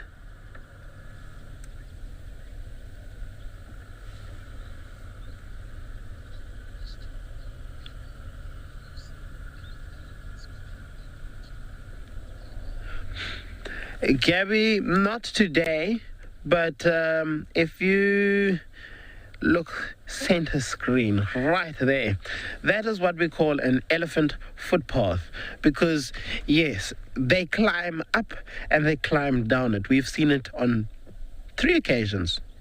I've seen it on 3 occasions. Morgan's seen it more than I have. Yeah, we've seen them going up that slope twice. And then we've watched them going down that slope as well, their little footpath. And they kind of go up the zigzag. If you look to the center, the very, very center, you'll see there is a line going up at about 45 degrees off to the right. That is part of the path. It basically zigzags all the way up and all the way down. But yeah, the lions use it, of course, and then obviously, you know, if elephants can go up there, pretty much anything else can. You won't really find, I'm sure buffalo will go up there as well. But yeah, it's a very steep path, and it's something that you don't normally see. It's not something that you would think the elephants would use, but it's astounding how they managed to do it. Anyway, with that bit of information, we're going to send you over to Steve for an update.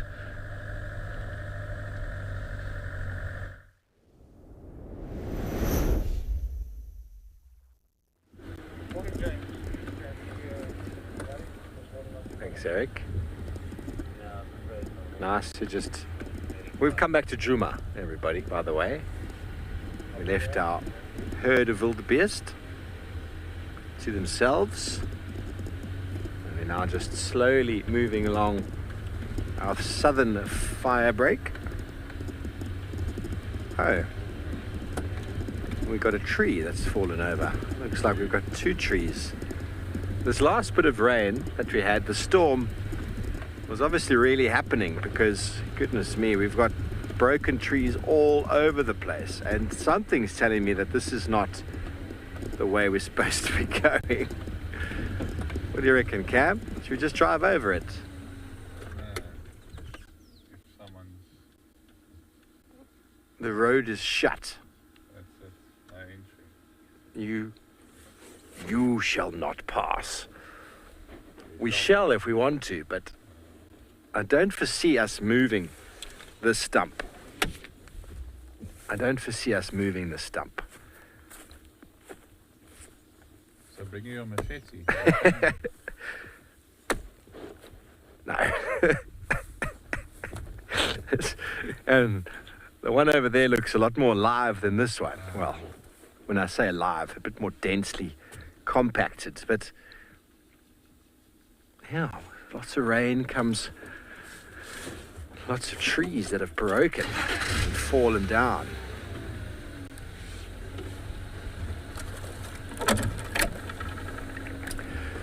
Terence, well, when it's a massive branch that's come out of a tree and it's quite high up, it's very likely been laden with water, and a little bit of damage to the branch historically probably led to some rot. It was very likely from a heavy branch laden with water and then wind. But if an elephant pushes it over, elephant's not going to push that over because, well, that's well and truly a dead tree. That tree's been dead for a couple of years already. No point in the elephant pushing it over. And when elephants push things over, there's often some form of track. There's feeding, there's dung, there's activity around the tree or the branch. Elephants don't just smash trees and then walk away. And if they did, they still leave tracks. So there's a very different sort of feel.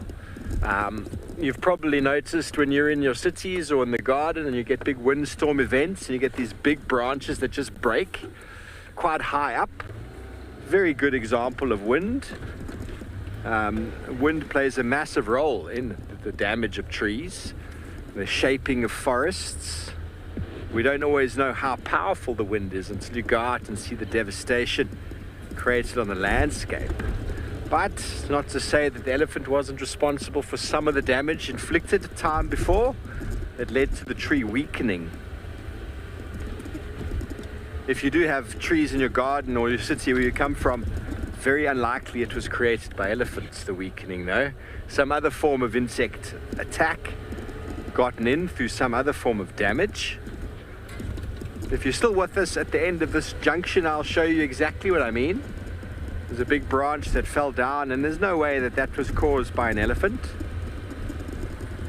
Even though it is a marula tree. Is it a marula tree? I think it was. It might have been a knobthorn. We've seen a few of them after the storm. So that makes me quite confident that the storm was responsible. Well, there's more than one tree that's snapped and quite high up. Sorry, just looking at what that was in the tree there. Oh, Miranda, I'm glad you enjoyed the talk about animal behavior. When the rain falls, we have to improvise. And I maintained dry short that whole afternoon, which James did not. So we shall definitely do that again. I quite enjoy the tent. It's a nice change.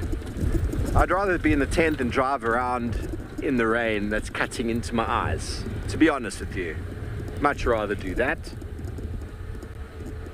Okay, so just give me another 30 seconds. There's a branch there. That is a knobthorn, but there's a marula a little bit further on, sort of trajectory. Now, let's see if you can frame that crack there, Cam. Get the crack. Okay, so there's the big crack of the tree branch. It's very high. Right in the middle of the fork. You can kind of see there where it's freshly broken. It's way too high for an elephant to have damaged that. So some other form of insect attack has gotten in there and it's led to the tree being weaker. And when the wind has blown and there's been a gustly mostly wind, and just over a period of time, eventually a branch weakens and snaps. So that's a very good idea that it is from the wind. Let's go around the corner and we shall see the devastation.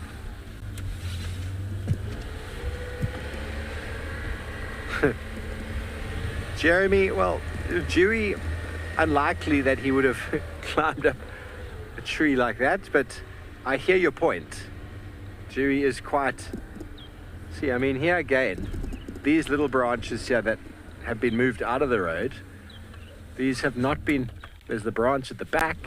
Let me go forward just a touch more.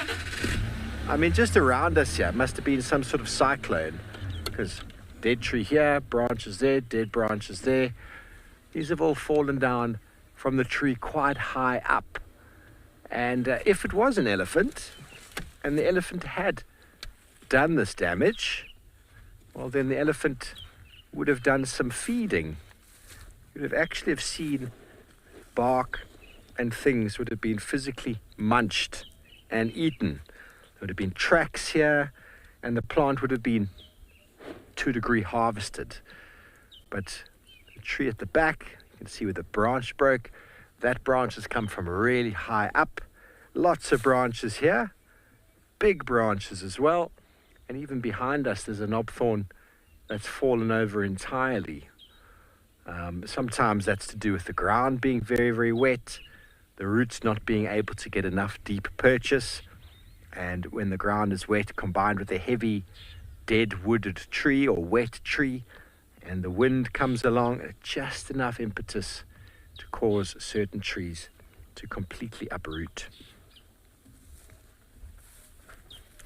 All natural, everybody. Natural parts of the process. Just move up here and you'll see this tree here now. So a little cyclone came straight through this spot here. Look at that tree. That wasn't done by an elephant, although elephants could do something like that. We would have seen a whole lot of feeding taking place on that tree.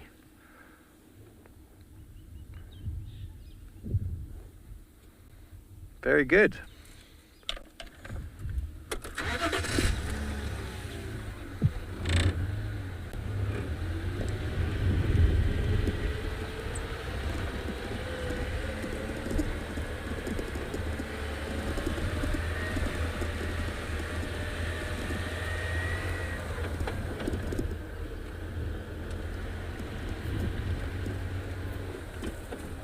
Another one.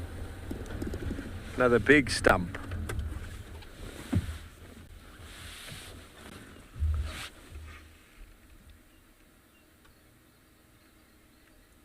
Okay, well, trees succumb to all sorts of damage. They provide us with so much necessary oxygen, absorbing carbon dioxide, and sometimes we have to investigate quite closely exactly what it is that's pushed a tree over.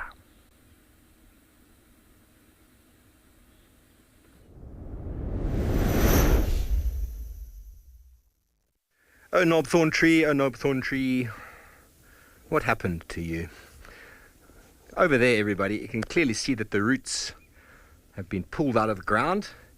Where we are here is in a little bit of a depression. So I don't think it's the deepest of soil, but there definitely was more clay-rich soil here. And this knobthorn tree was growing many, many years. He's been growing here, and then something happened on a very rainy and windy day. And you can see how the earth around the roots over there, the tree fell over, probably because the roots just weren't really getting enormous amounts of purchase in the ground. It's very possible that where we are here is actually a bit of a shallow basin with some bedrock, maybe some granitic soil quite close to the surface, and this tree was just skating along a shallow clay bed of soil on top, and managed to do so for a long time, because knobthorns have got that great ability of spreading out roots and growing in quite clay-rich soils, but they spread their roots out quite shallow. Obviously, they will always send down a taproot, but I don't feel like this tree really had the best anchorage in the world. But I just walked up here, lots of dead material, lots of dead wood, lots of dead bark. There's a bracken fungi growing all over here, and it's a smorgasbord of habitats for insects, for birds that eat insects, and all of the decomposition that this tree is going to provide over the years will be filtering down into the soil right where we are. So this area is going to shift. Poor knobthorn, but it is a habitat tree, and how many species will perpetuate over the lifespan of this thing's deterioration back into the soil. Now navigating, getting down is always more entertaining than going up. But you can actually clearly see the soil base that came up with it here. It was a good indication that it wasn't an elephant. It was very likely wind. We see a lot of this on the verges or the edges of fever tree forests, whereby the trees haven't really gotten that deep seated rooting that is necessary for many trees to survive wind. And this guy a little bit exposed out here. So all I can think is that it was potentially wind that pushed it over. It would have been a really big tree for an elephant to have damaged. But the jury's out. BK, what do you reckon? Wind? Wind, I would say wind. BK reckons wind as well. Thanks, BK. Always got my back.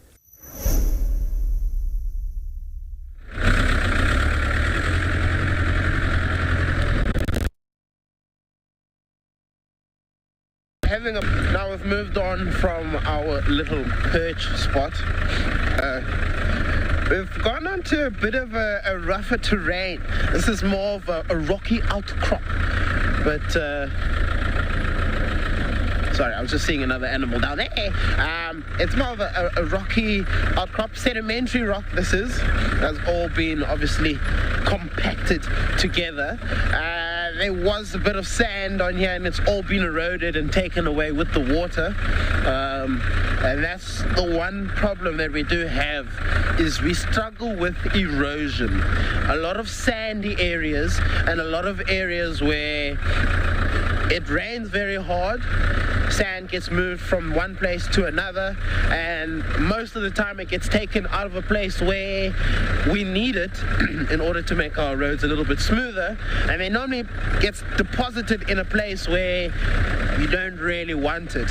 And where it gets deposited, it generally turns into this rather thick, muddy sand, as opposed to the sand that turns hard when it gets wet.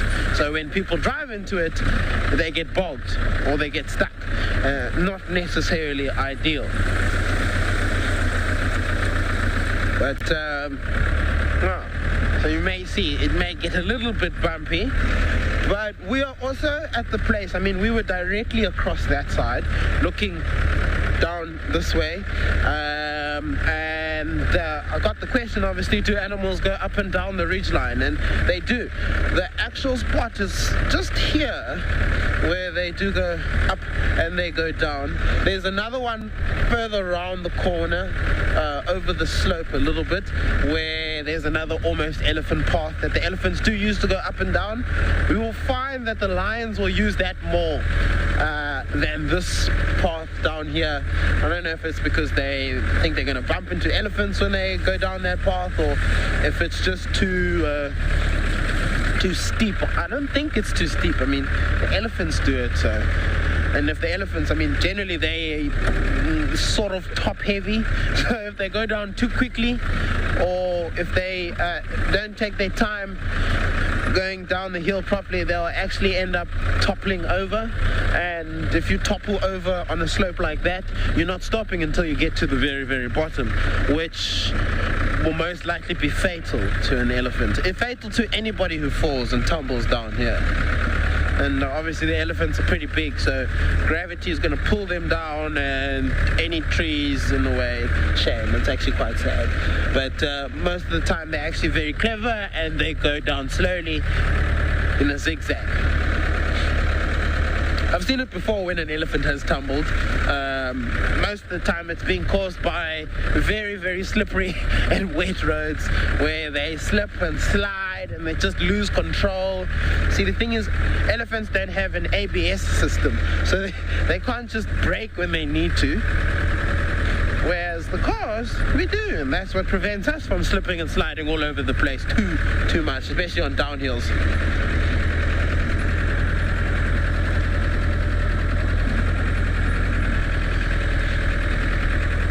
also one of my favorite little areas.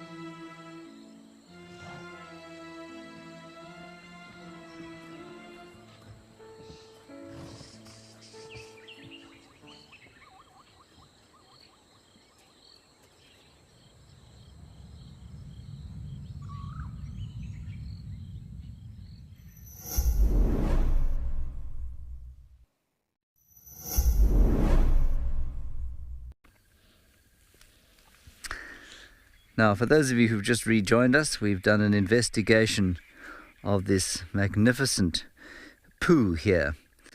And Jerome is guessing that this could be a southern ground hornbill.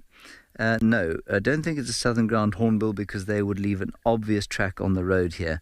Kelly, you suggesting that it could be a rock monitor. I feel like a rock monitor also would have left some very obvious signs on the road here. It's a heavy animal. I also think the poo's too small. So I'm slightly against my better judgment. I'm going to suggest that this is a bird. No, it's not a civet. A civet is a mammal, Gwyniai. This is a reptile, an amphibian, or a bird. Yeah, I'm pretty sure it's a bird, and I'm pretty sure it's a... Well, I don't know. There are Franklin tracks here and there are Corsa tracks here, so I don't know. It's one of those two. I would have said. It just doesn't look like a bird poo. Maybe it's a frog. Maybe a frog came hopping through here and the ground was so hard when it came through that it didn't leave any obvious tracks. I'll have to go and look up turds on the internet and see if I can't find something useful there. Good. Well, that's the end of the poop segment. Merry way. BK, I'm most impressed that you figured out immediately that it wasn't a fish. Well done.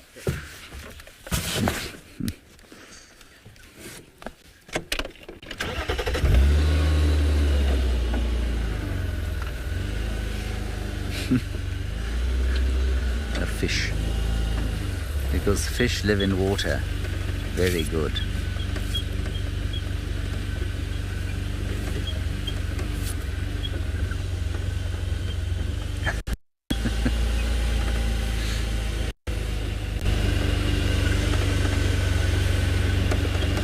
Yes, James Richard, I saw your comment from way earlier this morning. 11 or wild dogs would be nice this morning.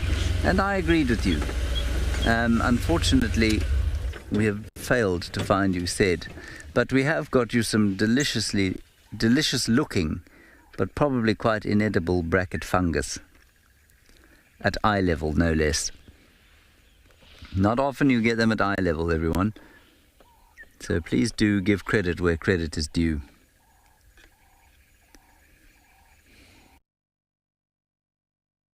Okay. Yeah. Thought you would be.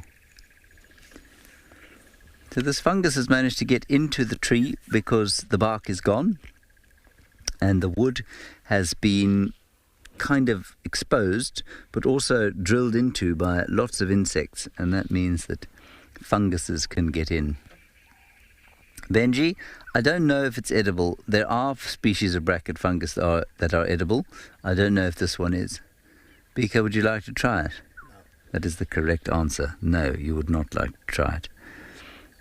2 correct answers in one segment.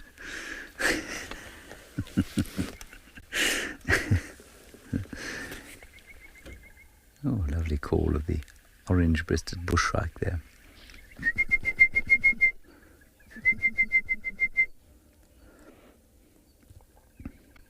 Okay, let's continue. Beige fungus.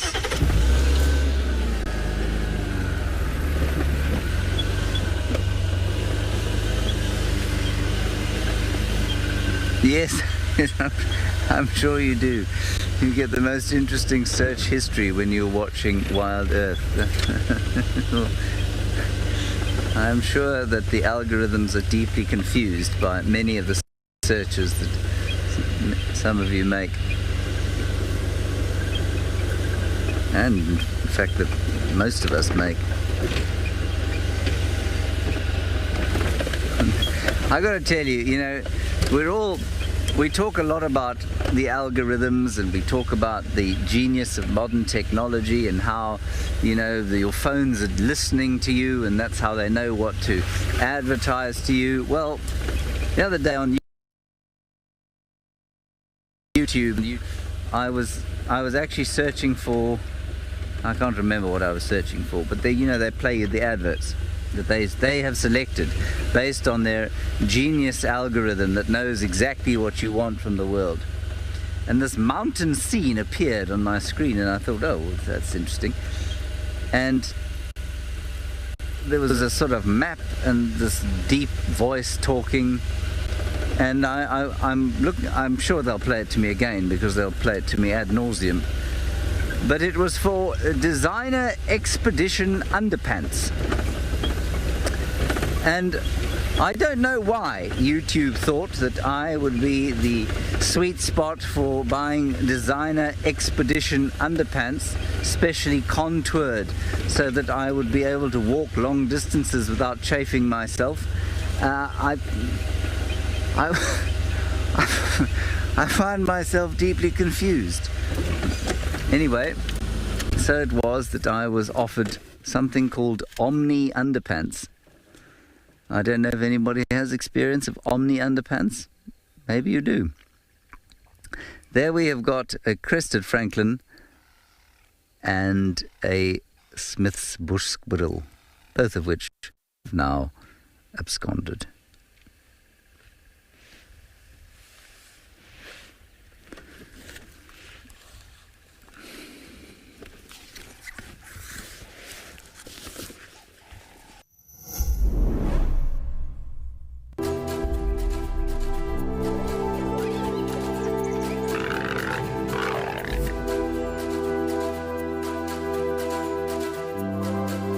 We did have some lines. Cedric's probably going to follow that one.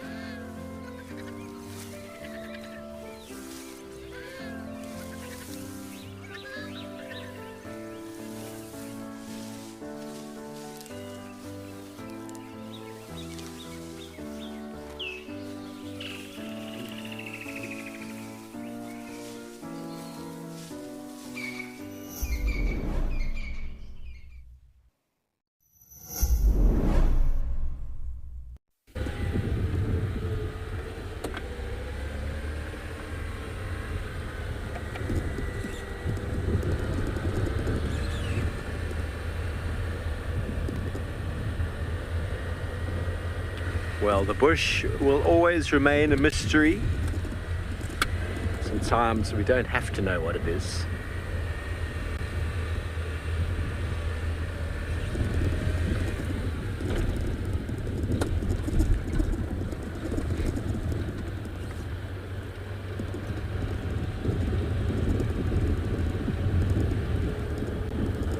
So we're slowly cruising towards the western side.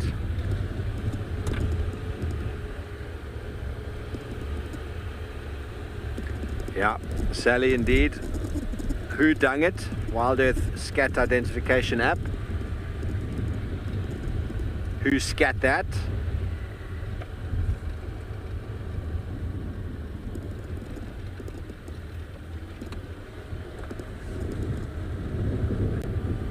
I know some of you out there are quite interested in the poo we show on the show, and others are not so interested in the poo. But it's all educational. It's all part and parcel of the nutrient cycling and the ecology of these animals.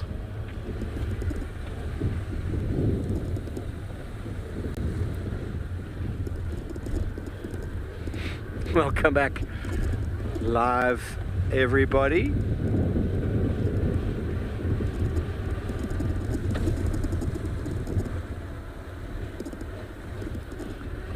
Yeah, some people live for collecting poo. Some people get paid to collect poo, everybody. Yeah. You get paid to sit and analyze poo under a microscope. They really know their poo, those people.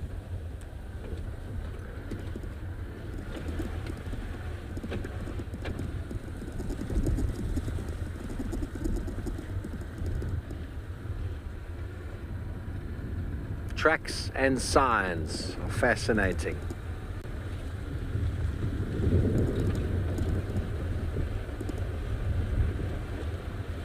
I don't know whose name that was, Luanda. Say it a second time for me, please. But no, I don't know of any paleontologists having been here. They probably have been in the past. Reggie. I don't know of any paleontologists visiting here.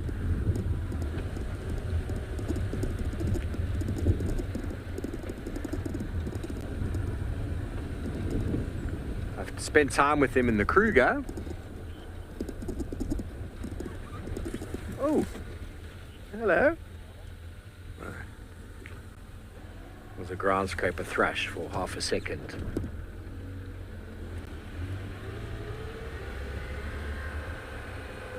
Just heard something on the radio that piqued my interest, but I'm not quite sure what I heard.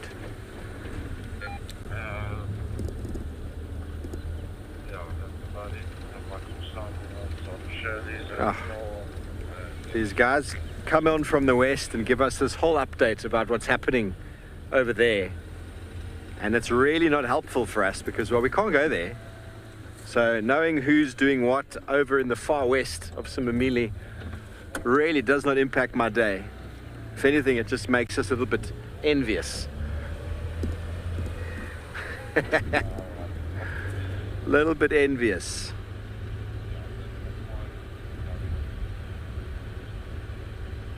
We were on Chitwa, and then Kuchava was on CP, and Sibuya was just south of Mala Mala boundary, and now Mokansava is at this place. And not very helpful, but thank you for the updates, everybody.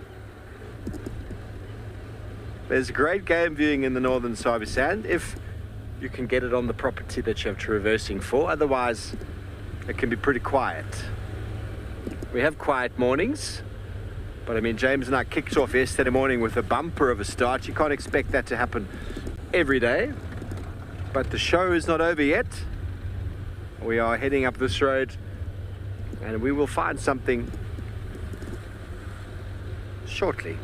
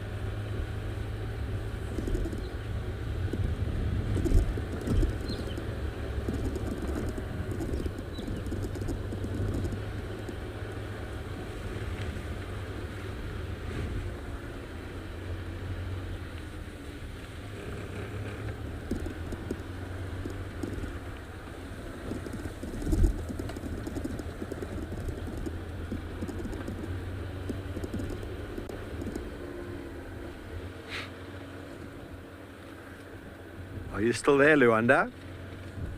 Are you still talking to me in my ear? Or are you staring at the screen watching us drive here in silence? Please send on those questions and comments, otherwise you're going to get the back of my head looking left and right from time to time. Get to those silent moments where there's not much else coming up in conversation.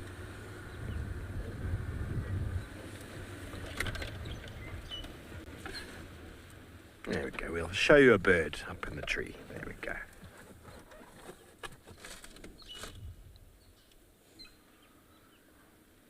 You can hear the fork-tailed drongo calling. It's a lilac-breasted roll-off to the left.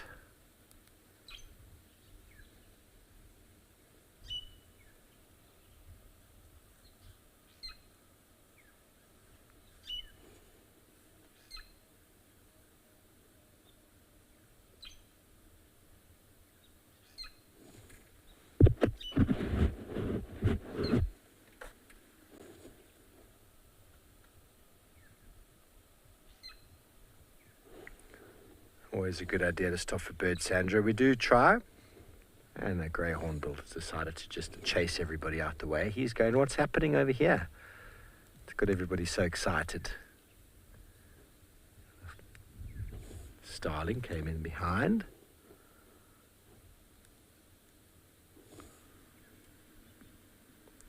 African grey hornbill. Fork-tailed drongo.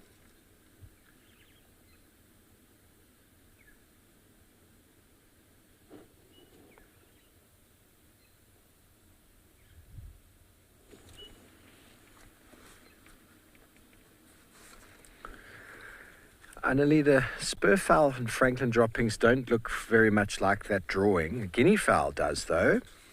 Not the drawing, the picture I showed. The guinea fowl droppings look very similar to those droppings that we spoke about before. I can show it to you here. Here's a guinea fowl over there. It's similar with the white and the beige. It can be a bit darker sometimes, but the droppings of a Franklin are normally a nice big ball. It's quite surprising. I don't think I have any Franklin on here. Don't have a Franklin on here, but the Franklin is a little ball of poo. Thank you, Cam. Okay, and the birds have all flown away as they do.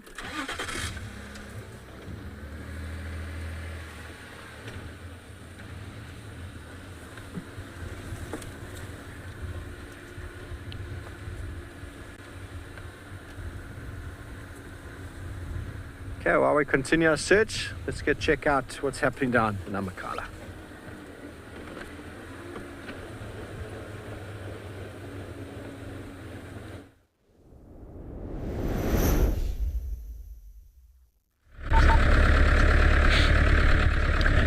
We're bumbling around and we're now making our way back towards our beloved sandy area, the dune thicket, our safe haven. And while we are making our way there, we're being surrounded by pearl-breasted swallows. That was a pump. And these pearl-breasted swallows are, we're very close. I feel like we're very close to having a bird fly into us, because they've come quite close. I think the closest has been that far away from my face, and that was out here. But now, as we're driving around, obviously we are disturbing a lot of insects, grasshoppers, crickets, and all sorts.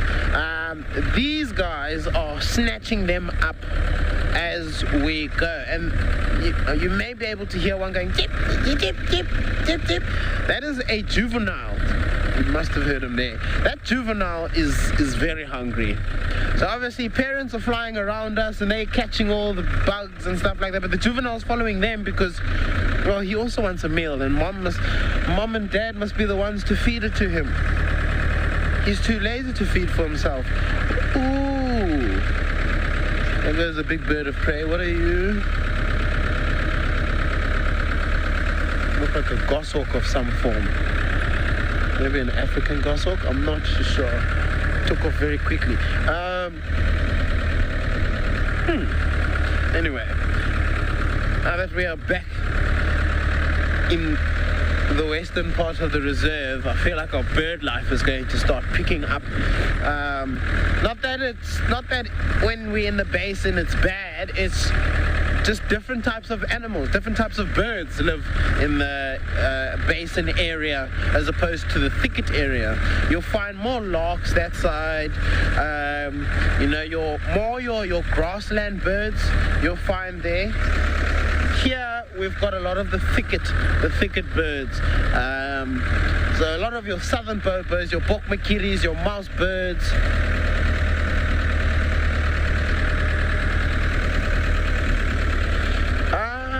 Lydia, sometimes, now that we're going into the winter, we're going to come out on drive, and there's going to be lots of times where there's just that thick mist, and that only burns off round about now. I remember last year in the heat, not the heat, in the middle of the winter. I mean, we were looking for animals and we were struggling to find them because it was just so thick. Now, I heard James was talking about drongos earlier. There's a fork-tailed drongo that was on the tree there. And, the fork-tailed drongo and the square-tailed drongo. I've only ever seen the fork-tailed drongo. But when we are traveling, I do try and look out for as many birds as possible, especially the ones that I know for a fact don't occur down here.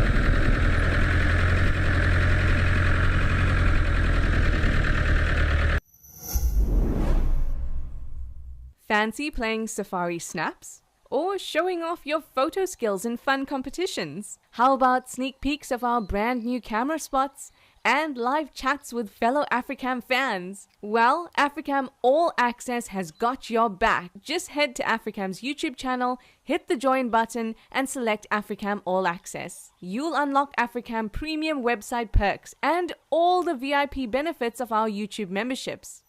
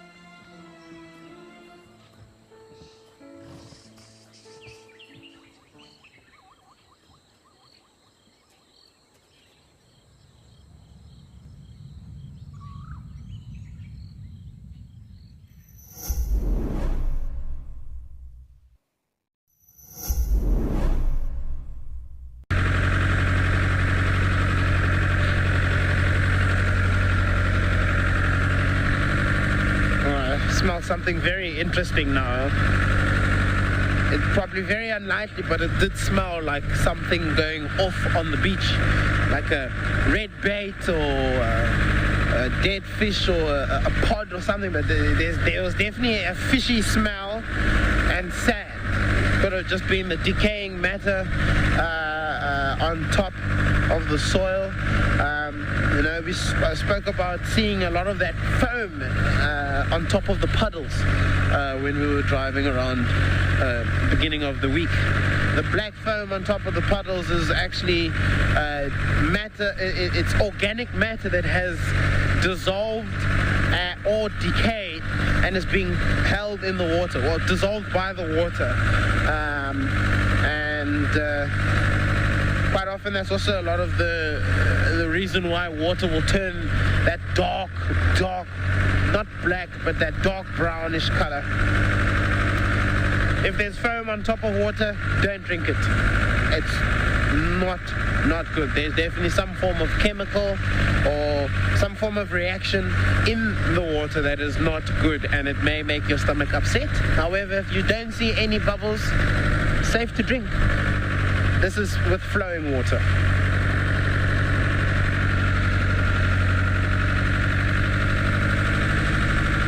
We must always look if there's something growing in the water as well. If you can see algae and it looks healthy, the algae looks healthy, or there's grasses or something like that, then generally the water can be good to drink. I would stray away from drinking stagnant water. Stagnant water, yes, the sun bakes down on the plants inside the water. They release carbon dioxide and all sorts of other chemicals into the water that can make the water change color, and that can do unpleasant things to your stomach.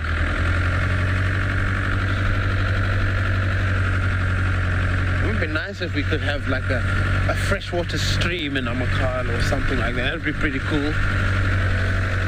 Place where we could go and drink water from the mountains.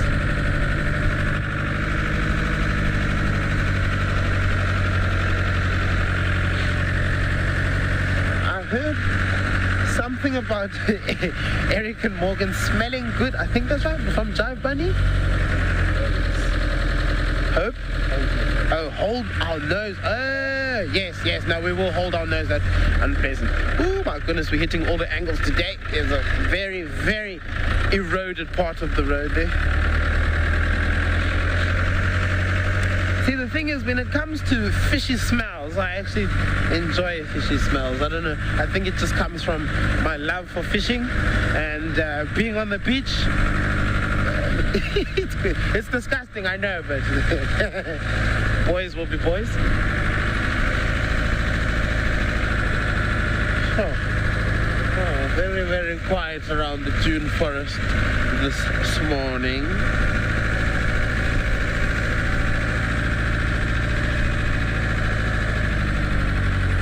But a lot of water. This is a very, not a deep one, but a sort of deepish ruts in the road, full with water. Oh, most of our pans have filled up quite nicely and have got a decent amount of water in it. But our dry dam pan will remain dry. Oh, well, there's a little bit of water in there. Not very much. Not too much. But here's some animals.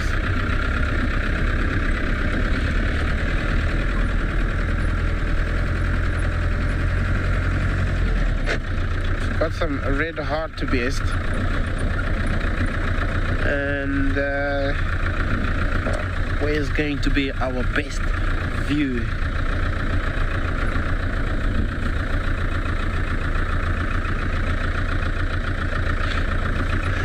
Caitlin Boss, see, the thing is with wild animals is their tolerance for water and those type of things is a lot higher than ours. Their stomachs are definitely a lot stronger and can they can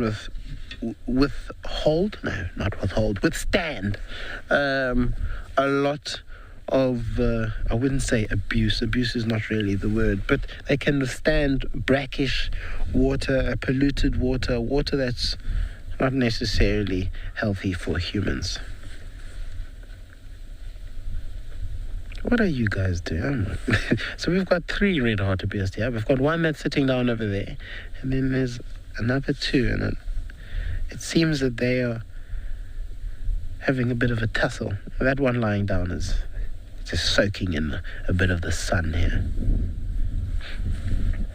So we've got a fairly biggish male on the right-hand side, and the one that keeps jumping up and down is the younger male. I would say probably by a year and a half to 2 years. Oh, not much younger. Having a bit of a snack mid-spar. And that the one on the right-hand side, he actually lay down for a little bit, and that younger one was still wanting to fight. He was fighting the youngster from the ground for a little bit. Oh, and there's some warthogs behind them as well. Warthogs paying more attention to us than the red hartebeest are.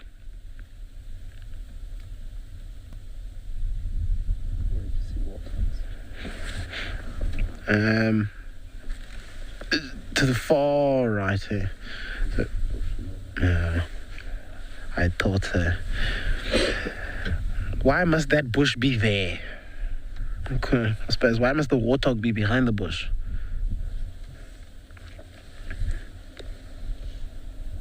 I'm wondering if this is part of our original 4 red hartebeest. There's only 3 here. All males. No females. Oh, what are you doing there? He's doing a bit of digging. I mean, it's not really dust bathing now. It's still kind of mud bathing. He's just rubbing his head.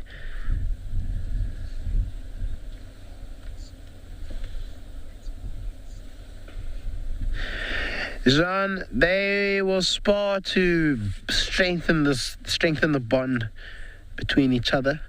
They will spar when they're feeling very happy, when they're feeling like they want to have when they're playing around. But it's not always just for mating reasons.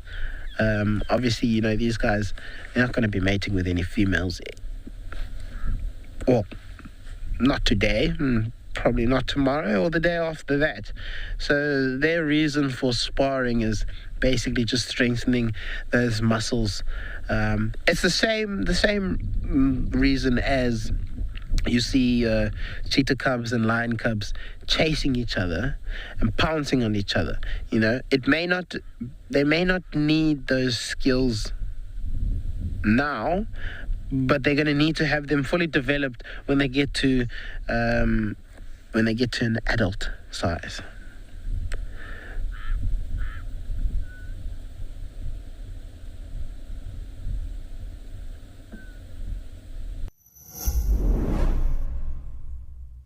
We have an exciting announcement. WildEarth is launching a YouTube membership program.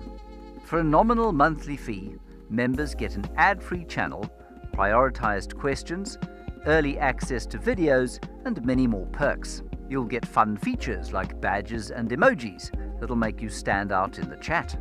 YouTube memberships will help us to continue with our mission of connecting people with nature while giving you access to lots of our amazing content.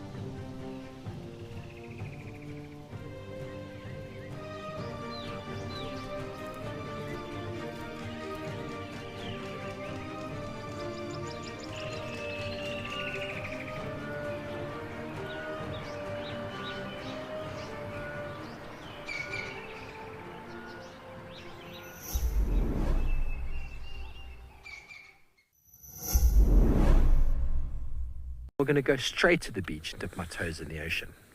I love the coast. I live in the wilderness and I work up in the wilderness. Best of both worlds.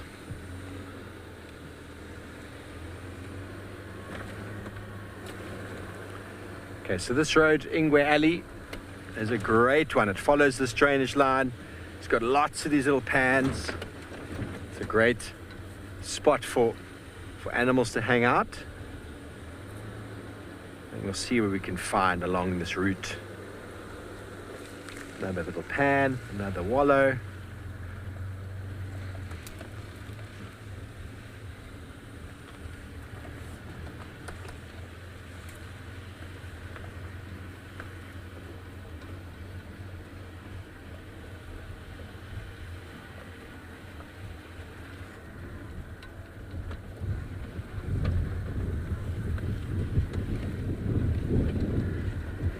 Who knows what we might find around the corner. This is a live safari and anything is possible.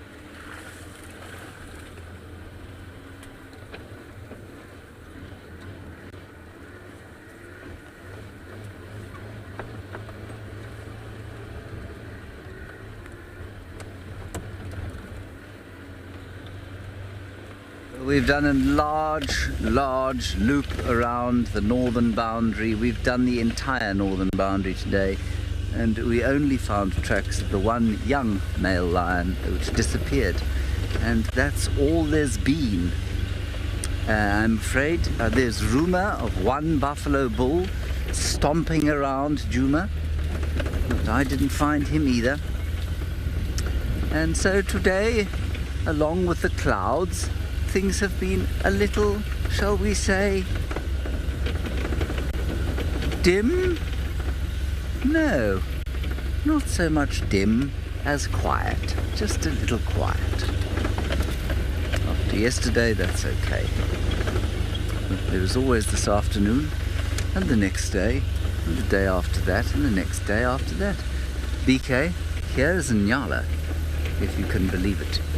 In fact, there are 3 Nyala.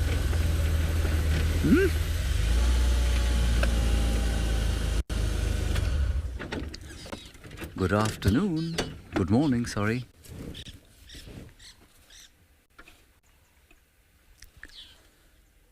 Ah, beautiful.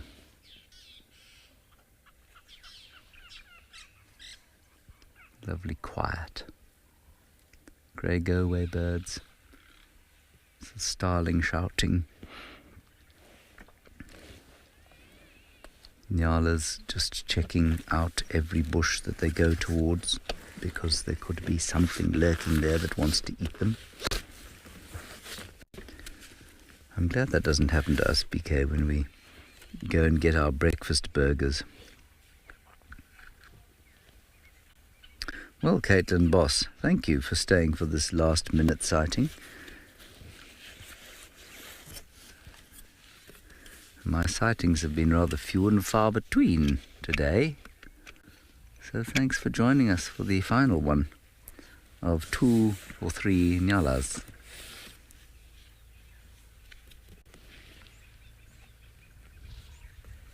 A mum?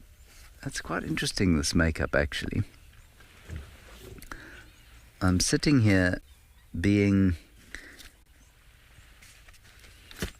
slightly sort of, I suppose, ill-considered about this sighting, but what is the arrangement here?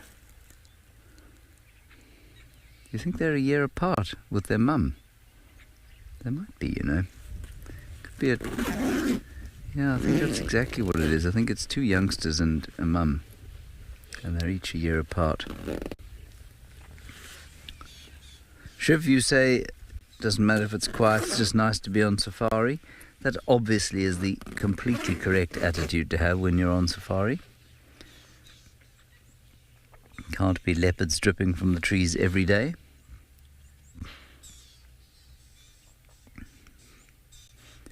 And it makes those days when they are that much more special.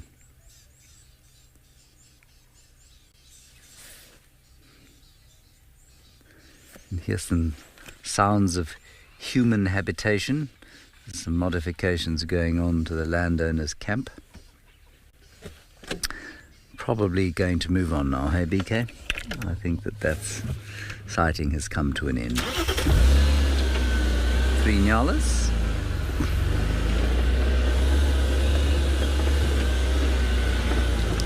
It must be a pretty scary life, you know, walking through grass that you can barely see through, knowing that you're the exactly perfect size for just about every predator out here.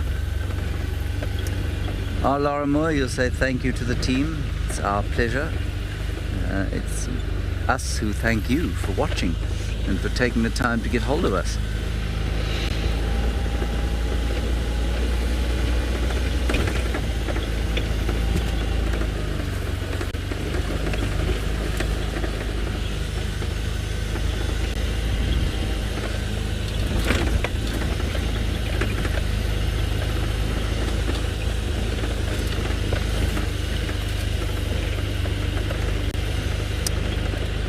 Now please do remember to sign the petition for MultiChoice if you're a South African, especially if you're watching on DSTV. We will tweet the link now and you can go there and tell MultiChoice to please at least open their ears a little bit and listen to you. 16,000 people have signed so far and we want to continue to push the pressure on them just to maybe give it some consideration. So please continue to do that and also come across to our YouTube channel. It would be great to have you on our YouTube membership program. Very easy to do. Just go to our YouTube and click join.